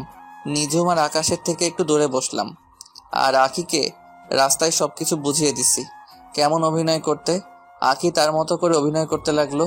হঠাৎ পিছন থেকে নিঝুম আমাকে বলল, রাসেল, তোমার সাথে এই মেয়েটা কে? আর তোমরা দুজন পার্কে বসে কি করছো? আপনি জানেন না একটা ছেলে একটা মেয়ে পাশে বসে কি করে? তার মানে তুমি এই মেয়েটাকে ভালোবাসো? আপনি ঠিকই ধরেছেন। আমরা দুজন দুজনকে অনেক বেশি ভালোবাসি আর আখিও আমাকে অনেক বেশি ভালোবাসে। ও, তার মানে তুমি আমাকে যে মেয়ের কথা বলেছো এই সেই মেয়ে? হ্যাঁ, আখি আমাকে অনেক আগে থেকেই ভালোবাসে, কিন্তু আমি তাকে সবসময় ফিরিয়ে দিয়েছি। কিন্তু পরে বুঝলাম মেয়েটা আমাকে সত্যি অনেক ভালোবাসে। ও আচ্ছা, ঠিক আছে, তোমরা সুখে থেকো, এই দোয়া করি। এই বলে নিঝুম চোখ মুখ কালো করে পার্ক থেকে বেরিয়ে গেল। নিঝুম মন খারাপ করলা কেন? তার মানে নিঝুম আমাকে ভালোবাসে না? না, নিঝুম যদি সত্যি আমাকে ভালোবাসতো তাহলে ওই দিন আকাশকে কিস করলো কেন? না, আমার মাথায় কিছুই ঢুকছে না। আমি আর আখি আরো কিছুক্ষণ গল্প করে আখিকে বাসায় নামিয়ে দিয়ে আমি বাসায় চলে আসলাম। বাসায় কলিং বেল চাপ দিলাম। কিছুক্ষণ পর খালা এসে দরজা খুলে দিল। আমি নিজের রুমে গিয়ে ওয়াশরুমে ঢুকে ফ্রেশ হয়ে নিচে এসে খাবার খেয়ে একটা ঘুম দিলাম। বিকালে বাসার একটু বাহিরে গেলাম, একটা কাজ ছিল। কাজটা শেষ করে আস্তে আস্তে অনেক রাত হয়ে গেছে। বাইক নিয়ে বাসায় আসার সময় হঠাৎ দেখি একটা গাছের বড় ঢাল রাস্তায় পড়ে আছে আর আমার বাইকের টান ছিল অনেক বেশি। আমি ব্রেক কন্ট্রোল করতে না পেরে ঢালের সাথে মেরে দিই। তারপর আমার আর কিছু মনে নেই। আমি চোখ খোলার পর নিজেকে একটা হাসপাতালে অনুভব করি, কিন্তু হঠাৎ দেখি একটা মেয়ে আমার হাত ধরে বসে আছে। আমি মেয়েটার থেকে হাতটা সরিয়ে নিলাম। তারপর মেয়েটি আমার দিকে ঘুরলো। তখন আমি তাকে দেখে তো আরো বেশি অবাক হলাম। আপনারা ঠিকই ধরেছেন, ও আর কেউ নয়, নিঝুম। নিঝুম আমাকে দেখে বলল, রাসেল, তোমার জ্ঞান ফিরেছে? তোমার আজকে 2 দিন পর জ্ঞান ফিরেছে। তুমি শুয়ে থাকো, আমি বাসায় ফোন দিয়ে বলে দিচ্ছি। আচ্ছা, আমার কি হয়েছে? আমি হাসপাতালে কেন? গতকাল রাতে তোমার আসতে দেরি দেখে আমি তোমাকে খুঁজতে বের হয়েছি। তোমার মোবাইল অনেকবার ফোন দিছি, কিন্তু তোমার মোবাইল বন্ধ বলেছে, তাই আমি নিজে বেরিয়ে পড়লাম। হঠাৎ রাস্তার পাশে দেখি তুমি পড়ে আছো। তোমার পুরো শরীরে রক্তে ভেজা ছিল। আমি তাড়াতাড়ি করে তোমাকে হসপিটালে নিয়ে আসি। তোমার মাথায় প্রচন্ড আঘাত লাগার কারণে অনেক রক্ত বের হয়েছে। আর আজ 2 দিন পর তোমার জ্ঞান ফিরেছে। ডাক্তার বলেছে 72 ঘন্টার মধ্যে জ্ঞান না ফিরে আসলে তুমি কোমায় চলে যাবে, কিন্তু আল্লাহর রহমতে তোমার 48 ঘন্টার মধ্যেই জ্ঞান ফিরেছে। আসলে আমি আমার এক বন্ধুর বাসায় গিয়েছিলাম। ওর বাসায় একটা কাজ ছিল, কাজটা শেষ করে আসতে অনেক রাত হয়ে গেছে। বাইক জোরে চালিয়ে আসছিলাম, হঠাৎ গাছের ডালটা চোখের সামনে পড়ে। নিজের বাইকের ব্রেক কন্ট্রোল করতে পারি নাই। তারপর আর কিছু মনে নেই। হয়েছে, এখন ছোট বাচ্চার মতো শুয়ে থাকো, আমি বাসায় সবাইকে ফোন দিয়ে বলছি। এই বলে নিঝুম বাসায় ফোন দিল। তারপর সবাইকে ফোন দিয়ে বলল আমার জ্ঞান ফিরেছে। তবে একটা জিনিস খেয়াল করলাম, নিঝুমের চোখ মুখ লাল হয়ে আছে, মনে হয় সারা রাত ঘুমাই নাই। তো যাই হোক, আধা ঘন্টা পর দেখি আব্বু আম্মু হাসপাতালে চলে এসেছে। আব্বু আম্মু একটার পর একটা কথা বলে যাচ্ছে, আমি কিছুই বলতে পারছি না, আমার মাথা ব্যথা করছে। তাই আজ 5 দিন পর আমাকে বাসায় নিয়ে আসলো। আমি এখন মোটামুটি সুস্থ আছি। পুরোপুরি সুস্থ হতে 1 মাস লাগবে। সবাই আমাকে ধরে নিজের রুমে এনে বিছানায় শুয়ে দিল। আমাকে রেস্ট নিতে বলে সবাই যার যার রুমে চলে গেল। আমি চোখ বন্ধ করে শুয়ে থাকলাম। হঠাৎ চোখ খুলে যেটা দেখলাম তার জন্য মোটেও প্রস্তুত ছিলাম না। আপনারা কি ভাবছেন নিঝুম? আরে না, ও আর কেউ নয়, আমার কলিজার টুকরো বোন রাইসা। কিন্তু রাইসা কখন হোস্টেল থেকে আসলো? আমি রাইসার মাথায় হাত রাখতেই রাইসা চোখ খুলে কান্না করতে লাগলো। তখন আমি রাইসাকে বললাম, কি রে রাইসা, কেমন আছিস? কখন আসলি বাসায়? আর তুই কান্না করছিস কেন? আমি কিছুক্ষণ আগে এসেছি। আমাকে রিফাত ভাইয়া সবকিছু ফোন দিয়ে বলেছে। কান্না করিস না, আমি ঠিক আছি। তারপর রাইসা কান্না বন্ধ করলো। কিছুক্ষণ নিঝুম খাবার নিয়ে এসেছে। তখন নিঝুম বলল, এবার 2 ভাই বোন কথা বন্ধ করে খাবার খেয়ে নাও। রাইসা তুই ফ্রেশ হয়ে আয়, আজকে তুই নিজ হাতে ভাইয়াকে খাইয়ে দিবি। আমার কথা শুনে রাইসা ওয়াশরুমে চলে গেল। নিঝুমের দিকে তাকিয়ে দেখি মুখটা কালো করে ফেলেছে। কিছুক্ষণ পর রাইসা ওয়াশরুম থেকে বেরিয়ে এসে একটা খাবার প্লেট হাতে নিয়ে আমাকে খাইয়ে দিতে লাগলো। নিঝুম আর দাঁড়িয়ে না থেকে রুম থেকে বেরিয়ে গেল। খাবার খাওয়ার পর রাইসা আমাকে ওষুধ খাইয়ে দিল। তারপর কিছুক্ষণ কথা বলে রাইসা বিদায় নিয়ে চলে গেল, কারণ রাইসার সামনে পরীক্ষা। দেখতে দেখতে 1 সপ্তাহ চলে গেল। এখন মোটামুটি সুস্থ আছি। নিঝুম যখন আমার রুমে খাবার নিয়ে আসে তখন আমি আম্মুকে ডাক দিই আমাকে খাইয়ে দেওয়ার জন্য। এতে নিঝুম অনেক কষ্ট পায়। নিঝুম প্রতিদিন থানায় যায়। আকাশ ছেলেটার সাথে কথা বলতে দেখি না, সব সময় কেমন যেন মনমরা হয়ে থাকে। ও আপনাদের তো বলতে ভুলে গেছি, আখি মাঝে মাঝে এসে আমাকে দেখে গেছে। একদিন সকালবেলা সবাই মিলে নাস্তা করছি, তখন নিঝুম বলল, আন্টি, আমার এক বান্ধবীর বিয়ে, আমাকে অনেক জোর করে বলছে যাওয়ার জন্য। এখন তুমি বলো আমি কি যাব? এটা আবার আমাদের জিজ্ঞেস করা লাগে? তবে তুমি একা যাওয়ার দরকার নেই, সাথে কাউকে নিয়ে যাও। তাহলে রাসেল, তুমি নিঝুমের সাথে যাও, মেয়েটা একা একা যাবে? আম্মু, উনি একজন থানার এসআই, ওনার তো ভয় পাওয়ার কথা। উনি তো সাথে পুলিশ নিয়ে যেতে পারে। আর একটা কথা, আমি বিনা দাওয়াতে কোথাও যাই না। ফারিয়া তোমাকে সাথে করে নিয়ে যেতে বলছে। আপনি কোন ফারিয়ার কথা বলছেন? আমি ফারিয়া নামে কাউকে চিনি না। তুমি এই কয় বছরে ফারিয়াকে ভুলে গেছো? আমরা তো 3 জন বান্ধবী একসাথে থাকতাম, রিয়া, ফারিয়া এবং আমি। হ্যাঁ, চিনতে পারছি। ওই দেমাগি মেয়ের বিয়েতে আমি যাব না, যে মানুষকে মানুষ মনে করে না। যে 2 মেয়ে আপনার বান্ধবী, তাদের ভিতরে অহংকারে ভরা। রিয়া অহংকারী, কিন্তু ফারিয়া আগের থেকে অনেক চেঞ্জ হয়ে গেছে, তাই তো সে তোমাকে নিয়ে যেতে বলছে। আমি যাব না। আপনি পারলে সাথে পুলিশ নিয়ে যান। বাবা রাসেল, মেয়েটা যখন এত করে বলছে তাহলে ওর সাথে যা। মানুষ সব সময় একরকম থাকে না। ঠিক আছে, শুধু তোমার কথাই যাব।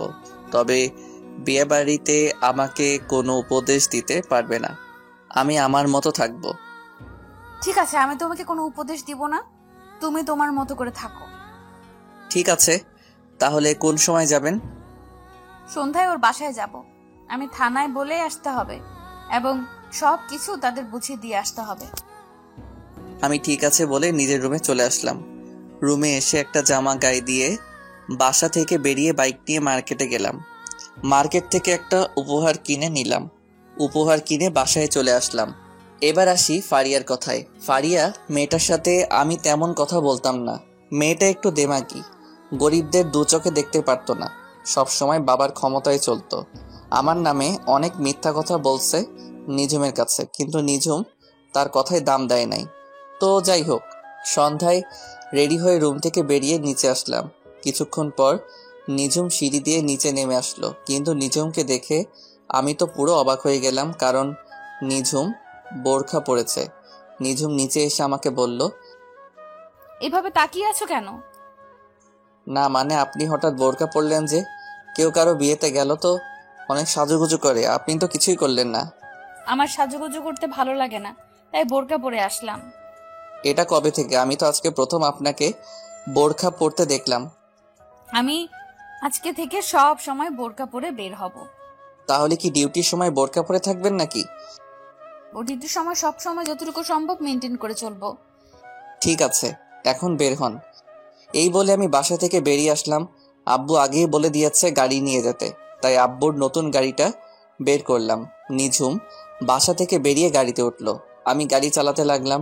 তখন আমি নিঝুমকে বললাম, আচ্ছা, কিছুদিন ধরে লক্ষ্য করলাম আকাশ ছেলেটার সাথে আপনি কথা বলেন না, সব সময় কেমন যেন মন মরা হয়ে থাকেন।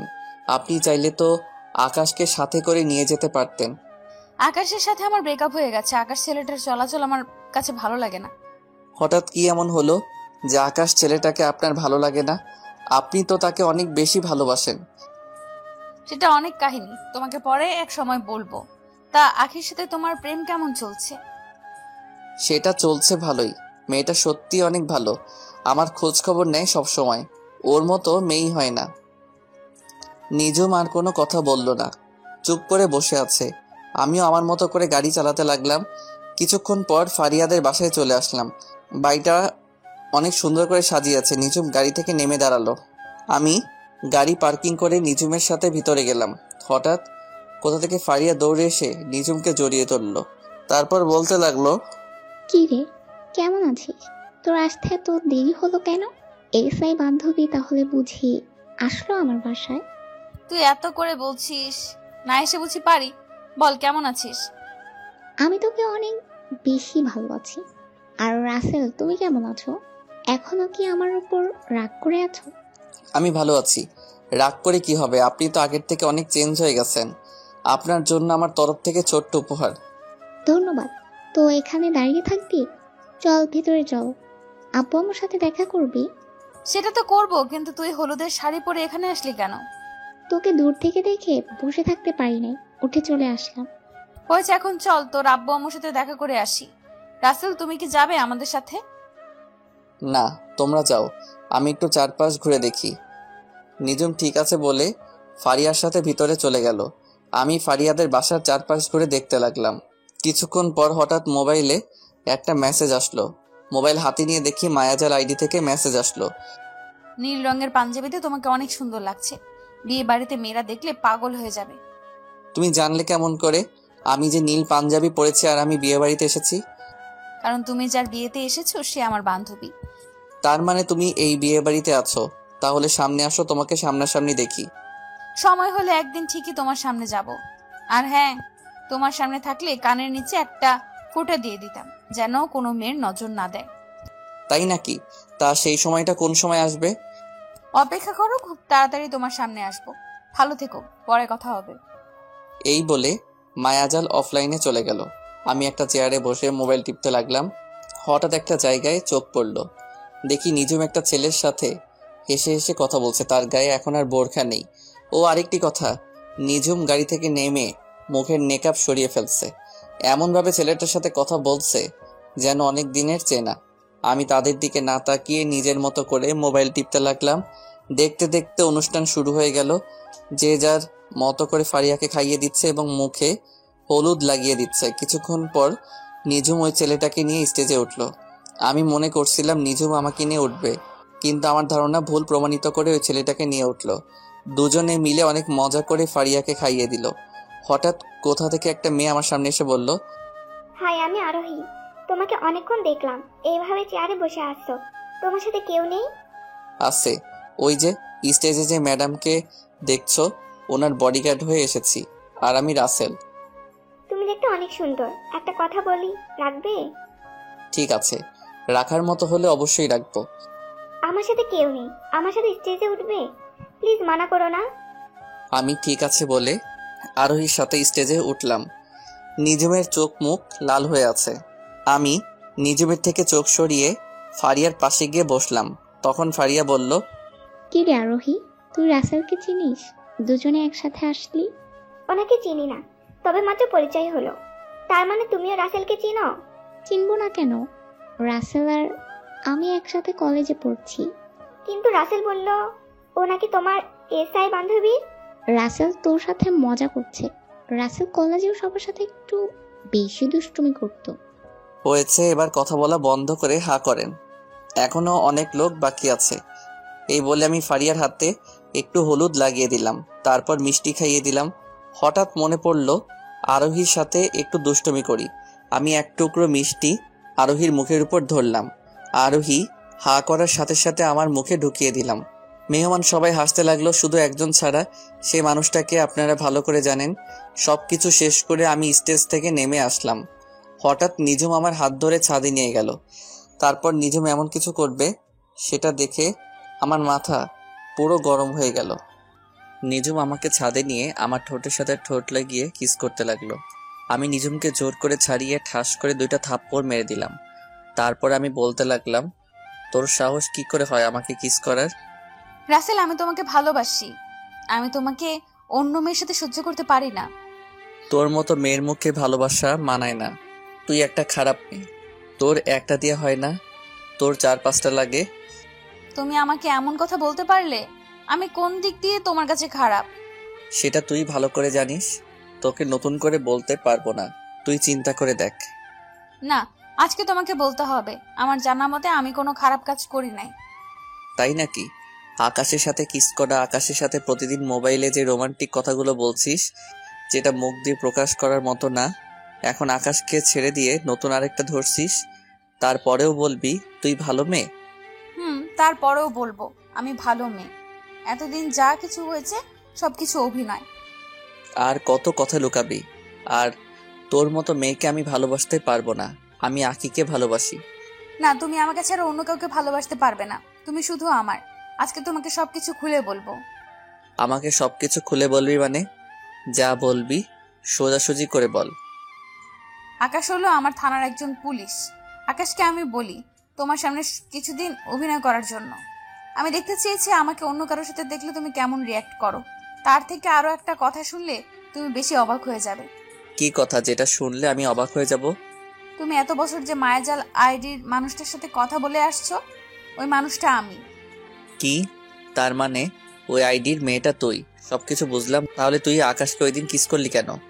আরে পাগল, ওই দিন তোমাকে দেখানোর জন্য আমি আর আকাশ এভাবে দাঁড়িয়েছি, যেন তুমি বুঝতে পারো আমি আকাশকে কিস করছি। তার মানে এতদিন আমাকে বোকা বানিয়ে আসছো? আমাকে এতদিন কষ্ট দিছো। যে মেয়ে আমাকে কষ্ট দিতে পারে সে কখনো আমার ভালোবাসা পাবে না। সরি রাসেল, এরকম কষ্ট আর কখনো তোমাকে দিব না। কিন্তু আমি তো আকিকে ভালোবাসি, তাই তোমাকে ভালোবাসা আমার পক্ষে সম্ভব নয়। তাই না? আখির সাথে তোমার কেমন পরিচয় সেটা আমি জেনে গেছি। আখি আমাকে সব কিছু গতকাল বলেছে। আমাকে একটু শক্ত করে জড়িয়ে ধরবে? তোমাকে জড়িয়ে ধরে আবার কিস করতে মন চাইছে। তো করো, আমি তোমাকে মানা করছি? বলতে দেরি। আমি নিঝুমকে জড়িয়ে ধরে কিস করতে লাগলাম। কিছুক্ষণ পর ছেড়ে দিলাম। দুজনে হাঁপাতে লাগলাম। তারপর দুজনে নিচে চলে আসলাম। আমাকে একটা থাকার রুম দেওয়া হয়েছে, যেটা ফারিয়ার পাশের রুম। নিঝুম ফারিয়ার সাথে ঘুমিয়েছে। সকালবেলা বুকটা কেমন যেন ভারী লাগছে। চোখ খুলে দেখি নিঝুম আমাকে জড়িয়ে ধরে শুয়ে আছে। ঘুমন্ত অবস্থায় নিঝুমকে অনেক সুন্দর লাগছে। আমি নিঝুমের কপালে একটা চুমু দিলাম। সাথে সাথে নিঝুমের ঘুম ভেঙে গেল। তখন নিঝুম বলল, আমি কিন্তু ঘুমিয়ে নেই। তার মানে তুমি জেগে আছো? তো তুমি কোন সময় আমার রুমে আসলে? কিছুক্ষণ আগে তোমার রুমে এসেছি, কিন্তু তোমাকে ঘুমন্ত অবস্থায় অনেক সুন্দর লাগছে, তাই না ডেকে তোমাকে জড়িয়ে ধরে শুয়ে পড়লাম। হয়েছে, এখন ওঠো, কেউ রুমে চলে আসবে। তোমাকে জড়িয়ে ধরে থাকতে আমার ভালোই লাগছে, আর একটু থাকো না। আর থাকা লাগবে না। বাসায় যাওয়ার পর যা করার করো। এটা কিন্তু বিয়ে বাড়ি। তার থেকে বড় কথা, আমাদের এখনো বিয়ে হয়নি। বিয়ে হয়নি তো কি হয়েছে? চলো আমরা দুজনে কাজী অফিসে বিয়ে করে ফেলি। মাথা খারাপ?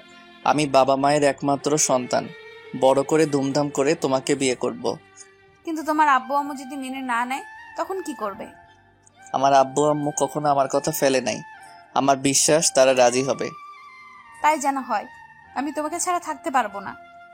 ঠিক আছে, এখন তুমি ফারিয়ার কাছে যাও, আমি ফ্রেশ হয়ে আসছি। নিঝুম ঠিক আছে বলে আমার কপালে একটা চুমু দিয়ে রুম থেকে বেরিয়ে গেল। আমি আর বসে না থেকে ওয়াশরুমে চলে গেলাম। ফ্রেশ হয়ে রুম থেকে বেরিয়ে দেখি বাসা ভর্তি মেহমান। হঠাৎ আরোহী কোথা থেকে আমার সামনে এসে বলল, তুমি এখানে দাঁড়িয়ে আছো কেন? নাস্তা করেছো? মাত্র ফ্রেশ হয়ে বেরিয়ে আসলাম। আচ্ছা, গতকাল রাতে নিঝুম আপু তোমার হাত ধরে টেনে নিয়ে গেল কেন? আসলে তোমাকে নিজুম আপু আমাকে ভালোবাসে তো, তাই তোমার সাথে সহ্য করতে না পেরে আমাকে ছাদে নিয়ে গেছে। কি? নিজু আপু আর তুমি দুজন দুজনকে ভালোবাসো? তার মানে মনের কথা বলার আগেই ছেঁকা খেলাম? কি বলছো তুমি? আমি তো কিছুই বুঝতে পারি নাই। আসলে তোমাকে প্রথম দেখায় আমার অনেক ভালো লাগছে। ভেবেছিলাম ফারিহা আপুর বিদায়ের পর তোমাকে প্রপোজ করব, কিন্তু প্রপোজ করার আগে ছেঁকা খেয়ে গেলাম। আহারে বেচারি, থাক দুঃখ করো না, দেখবে তুমি আমার থেকে আরো ভালো ছেলে পাবে। ঠিক আছে, দোয়া করো আমার জন্য। এই বলে আরোহী আমার সামনে থেকে চলে গেল। হঠাৎ পিছন থেকে নিঝুম বলল, সত্যিটা বলার জন্য তোমাকে অনেক ধন্যবাদ। আমি আবার কি সত্যি বললাম? ওই যে তুমি আমাকে ভালোবাসো, সেটা আরোহীকে বলার জন্য। আমি এমনিতেই মিথ্যা কথা বলি না, সেটা তুমি ভালো করে জানো। জানি রাসেল সাহেব। এখন কথা না বলে আমার সাথে চলো, নাস্তা করবে। আমি ঠিক আছে বলে নিঝুমের সাথে যেতে লাগলাম। নিঝুম আমাকে নিয়ে একটা রুমে আসলো। রুমে এসে দেখি অনেক আইটেমের নাস্তা একটা টেবিলের উপর সাজিয়ে রেখেছে, আর দুজনে বসে নাস্তা করে নিলাম। দেখতে দেখতে দুলা আসার সময় হয়ে গেছে। আমি একটা নীল রঙের শার্ট গায়ে পরলাম, আর নিঝুম নীল রঙের শাড়ি পরেছে। আমার আর নিঝুমের দিকে সবাই তাকিয়ে আছে, আর একজন আরেকজনকে বলছে দুজনকে ভালোই মানিয়েছে। দুলা চলে এসেছে। দুলা তার সব কাজ শেষ করে স্টেজে উঠল। হঠাৎ একটা জায়গায় একজনকে মাথা পুরো গরম হয়ে গেল। আমি মনে মনে বলতে লাগলাম, ও এখানে কেন?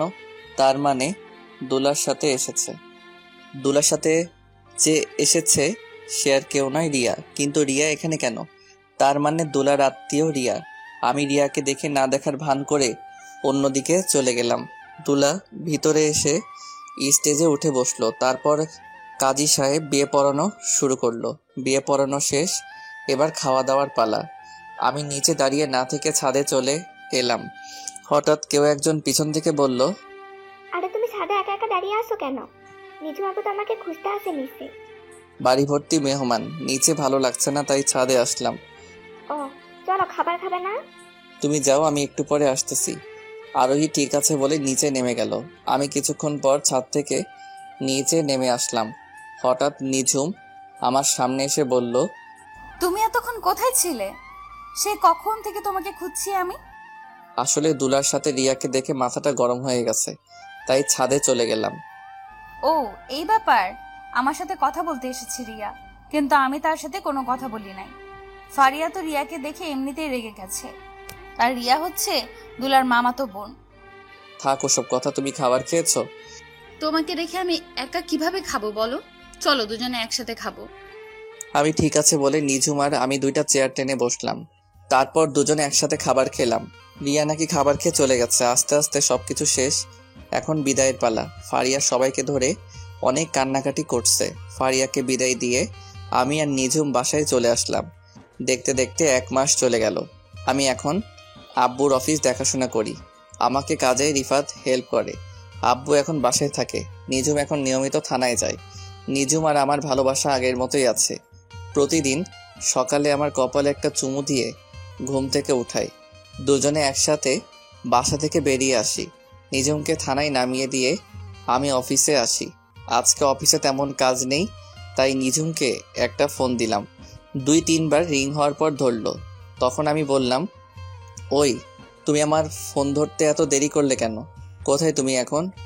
সরি, আমি একটা আসামি নিয়ে ব্যস্ত ছিলাম। আসামিটা একটা মেয়েকে ধর্ষণ করে মেরে ফেলছে, তাই ওইটাকে ধরে থানায় দিয়ে আসলাম। ও, তা তুমি কি এখন ফ্রি আছো? এখন ফ্রি আছি, বলো কি বলবে? অফিসে তেমন কাজ নেই, তাই ভাবছিলাম দুজনে আজকে বাহিরে লাঞ্চ করব। ঠিক আছে, তুমি থানায় এসে আমাকে নিয়ে যাও। আমি ঠিক আছে বলে রিফাতের কেবিনে গিয়ে তাকে বলে অফিস থেকে বেরিয়ে গাড়ি নিয়ে সোজা নিঝুমের থানার সামনে চলে আসলাম। গাড়ি পার্কিং করে থানার ভিতরে চলে গেলাম।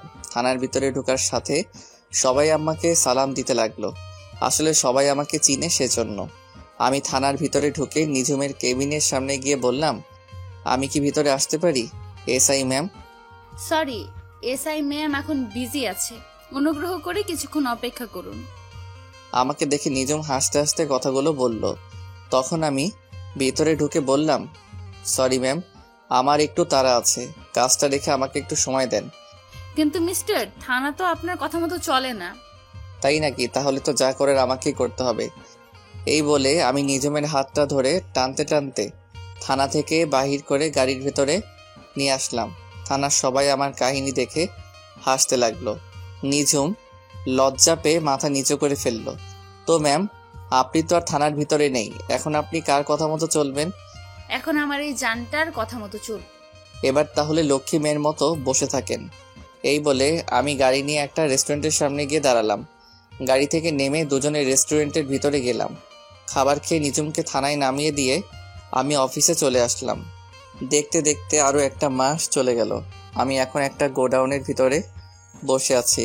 কিছুক্ষণ পর আমার লোক রিয়া এবং মেয়র বেঁধে আমার সামনে নিয়ে আসলো। তখন রিয়া আমাকে দেখে বলল, রাসেল, তুমি এখানে? আমাকে আর বাবাকে ধরে নিয়ে এসেছো কেন? তুই জানিস না আমার বাবা একজন মেয়র? আমি সব জানি। আমার কয়টা মাস চলে গেছে তোদের ধরতে। অনেক চেষ্টা করেছি ধরার জন্য, দিনরাত অনেক পরিশ্রম করছে, কিন্তু পারি নাই। আজকে সফল হয়েছি। তুই আমাদের এখানে ধরে এনেছিস কেন? তুই জানিস আমার একটা ফোনে তোকে দুনিয়া থেকে বিদায় করে দিতে পারি। সেটা আপনি কখনো পারবেন না। আর আপনি হয়তো এটা জানেন না, আপনি মেয়ের হয়ে যা সম্পদ আছে তার থেকে 3 ডাবল সম্পদ আমাদের আছে, কিন্তু তা নিয়ে আমরা কখনো অহংকার করি না। তাহলে আমাদের এখানে ধরে এনেছিস কেন? কারণ আপনি এবং আপনার মেয়ে অনেক বড় অপরাধ করছেন, সেটার প্রতিশোধ নিতে আপনাদের এখানে ধরে আনা হয়েছে। প্রতিশোধ নিতে মানে? আমরা তোর সাথে কি করেছি? আমার সাথে করিস নাই। তুই এবং তোর বাপ মিলে রিফাত এবং রিফাতের আব্বুর সাথে কি করছিস একটু ভেবে দেখতো। যা করেছি রিফাতের সাথে করেছি, তোর সাথে তো কিছু করিনি। তুই আমাদের ধরে এনেছিস কেন? রিফাতের সাথে করা মানে আমার সাথে করা এক কথা, কারণ রিফাত আমার কলিজার টুকরা বন্ধু। তোরা বাপ মেয়ে মিলে ওদের যে অবস্থা করছিস, সেটা এখন আমি তোদের সাথে করব। ওসব কিছু ভুলে যাও। এখন বলো তুমি কত টাকা চাও, আমি তোমাকে তাই দিব। আমার না টাকার লোভ নেই। আমি আপনাদের কাছে অন্য একটা জিনিস চাইব, দিবেন? তুমি কি চাও বলো, তুমি যা চাইবে আমি সেটাই দিব। আমি বেশি কিছু চাই না, শুধু এখানে আপনার মেয়েকে একটা সই দিতে বলবেন, এইটুকু, আর কিছু না। এই কাগজে কি লেখা আছে? তেমন কিছু না। তুই আর তোর বাপ মিলে রিফাত থেকে যে সম্পদগুলো লিখে নিছিস সেগুলো ফিরিয়ে দিবি, এতটুকুই, আর কিছু নয়। আমি মরে গেলেও কখনো সই করব না। আমি জানতাম তুই এমনটা করবি, তাই অন্য ব্যবস্থা করেছি। ভাইয়েরা, আপনারা কাজটা শুরু করে দেন। আমি আমার লোকগুলোকে বললাম, তারা মেয়রকে কারেন্টের চেয়ারে বসিয়ে শট দিতে লাগলো। মেয়রের তো লাফালাফি শুরু হয়ে গেল। এটা দেখে রিয়া বলল, প্লিজ রাসেল, আমার বাবার সাথে এমনটা করিস না। তুই বল আমাকে কোথায় সই করতে হবে। আমি রিয়াকে কাগজটা এগিয়ে দিলাম। রিয়া সই করে দিল। এতক্ষণ যা কিছু হয়েছে সবকিছু ভিডিও করা হয়েছে। তারপর রিয়া এবং তার বাপকে রেখে আমরা সবাই চলে আসলাম। পরের দিন আমি মন্ত্রীর সঙ্গে দেখা করলাম, ভিডিওটা দেখালাম। মন্ত্রী সাথে সাথে রিয়ার আব্বুকে মেয়র থেকে বহিষ্কার করে দিল। তাদের বাড়ি গাড়ি ব্যাংক ব্যালেন্স সব কিছু নিয়ে নিল এবং রিফাতদের সব কিছু ফিরিয়ে দিল। আমি যে এত কিছু করছি এটা এখনো কেউ জানে না। 1 সপ্তাহ পর রিফাতের আব্বু আম্মুকে তাদের সব কিছু ফিরিয়ে দিলাম। রিফাত এখন তার বাবার অফিস দেখাশোনা করে। আমি আমাদেরটা খুব সুন্দরভাবে চলছে এখন সবকিছু। রাতে সবাই মিলে খাবার খাচ্ছি, তখন বাবা বলল, সব কিছু তো ঠিকঠাক চলছে, এবার 2 হাত এক করে দেওয়ার পালা। তুমি কি বলো রাসেলের আম্মু? তুমি ঠিকই বলেছ, এবার 2 হাত এক করে দেওয়ার পালা। তাহলে তুমি একটা দিন তারিখ করে ফেলো।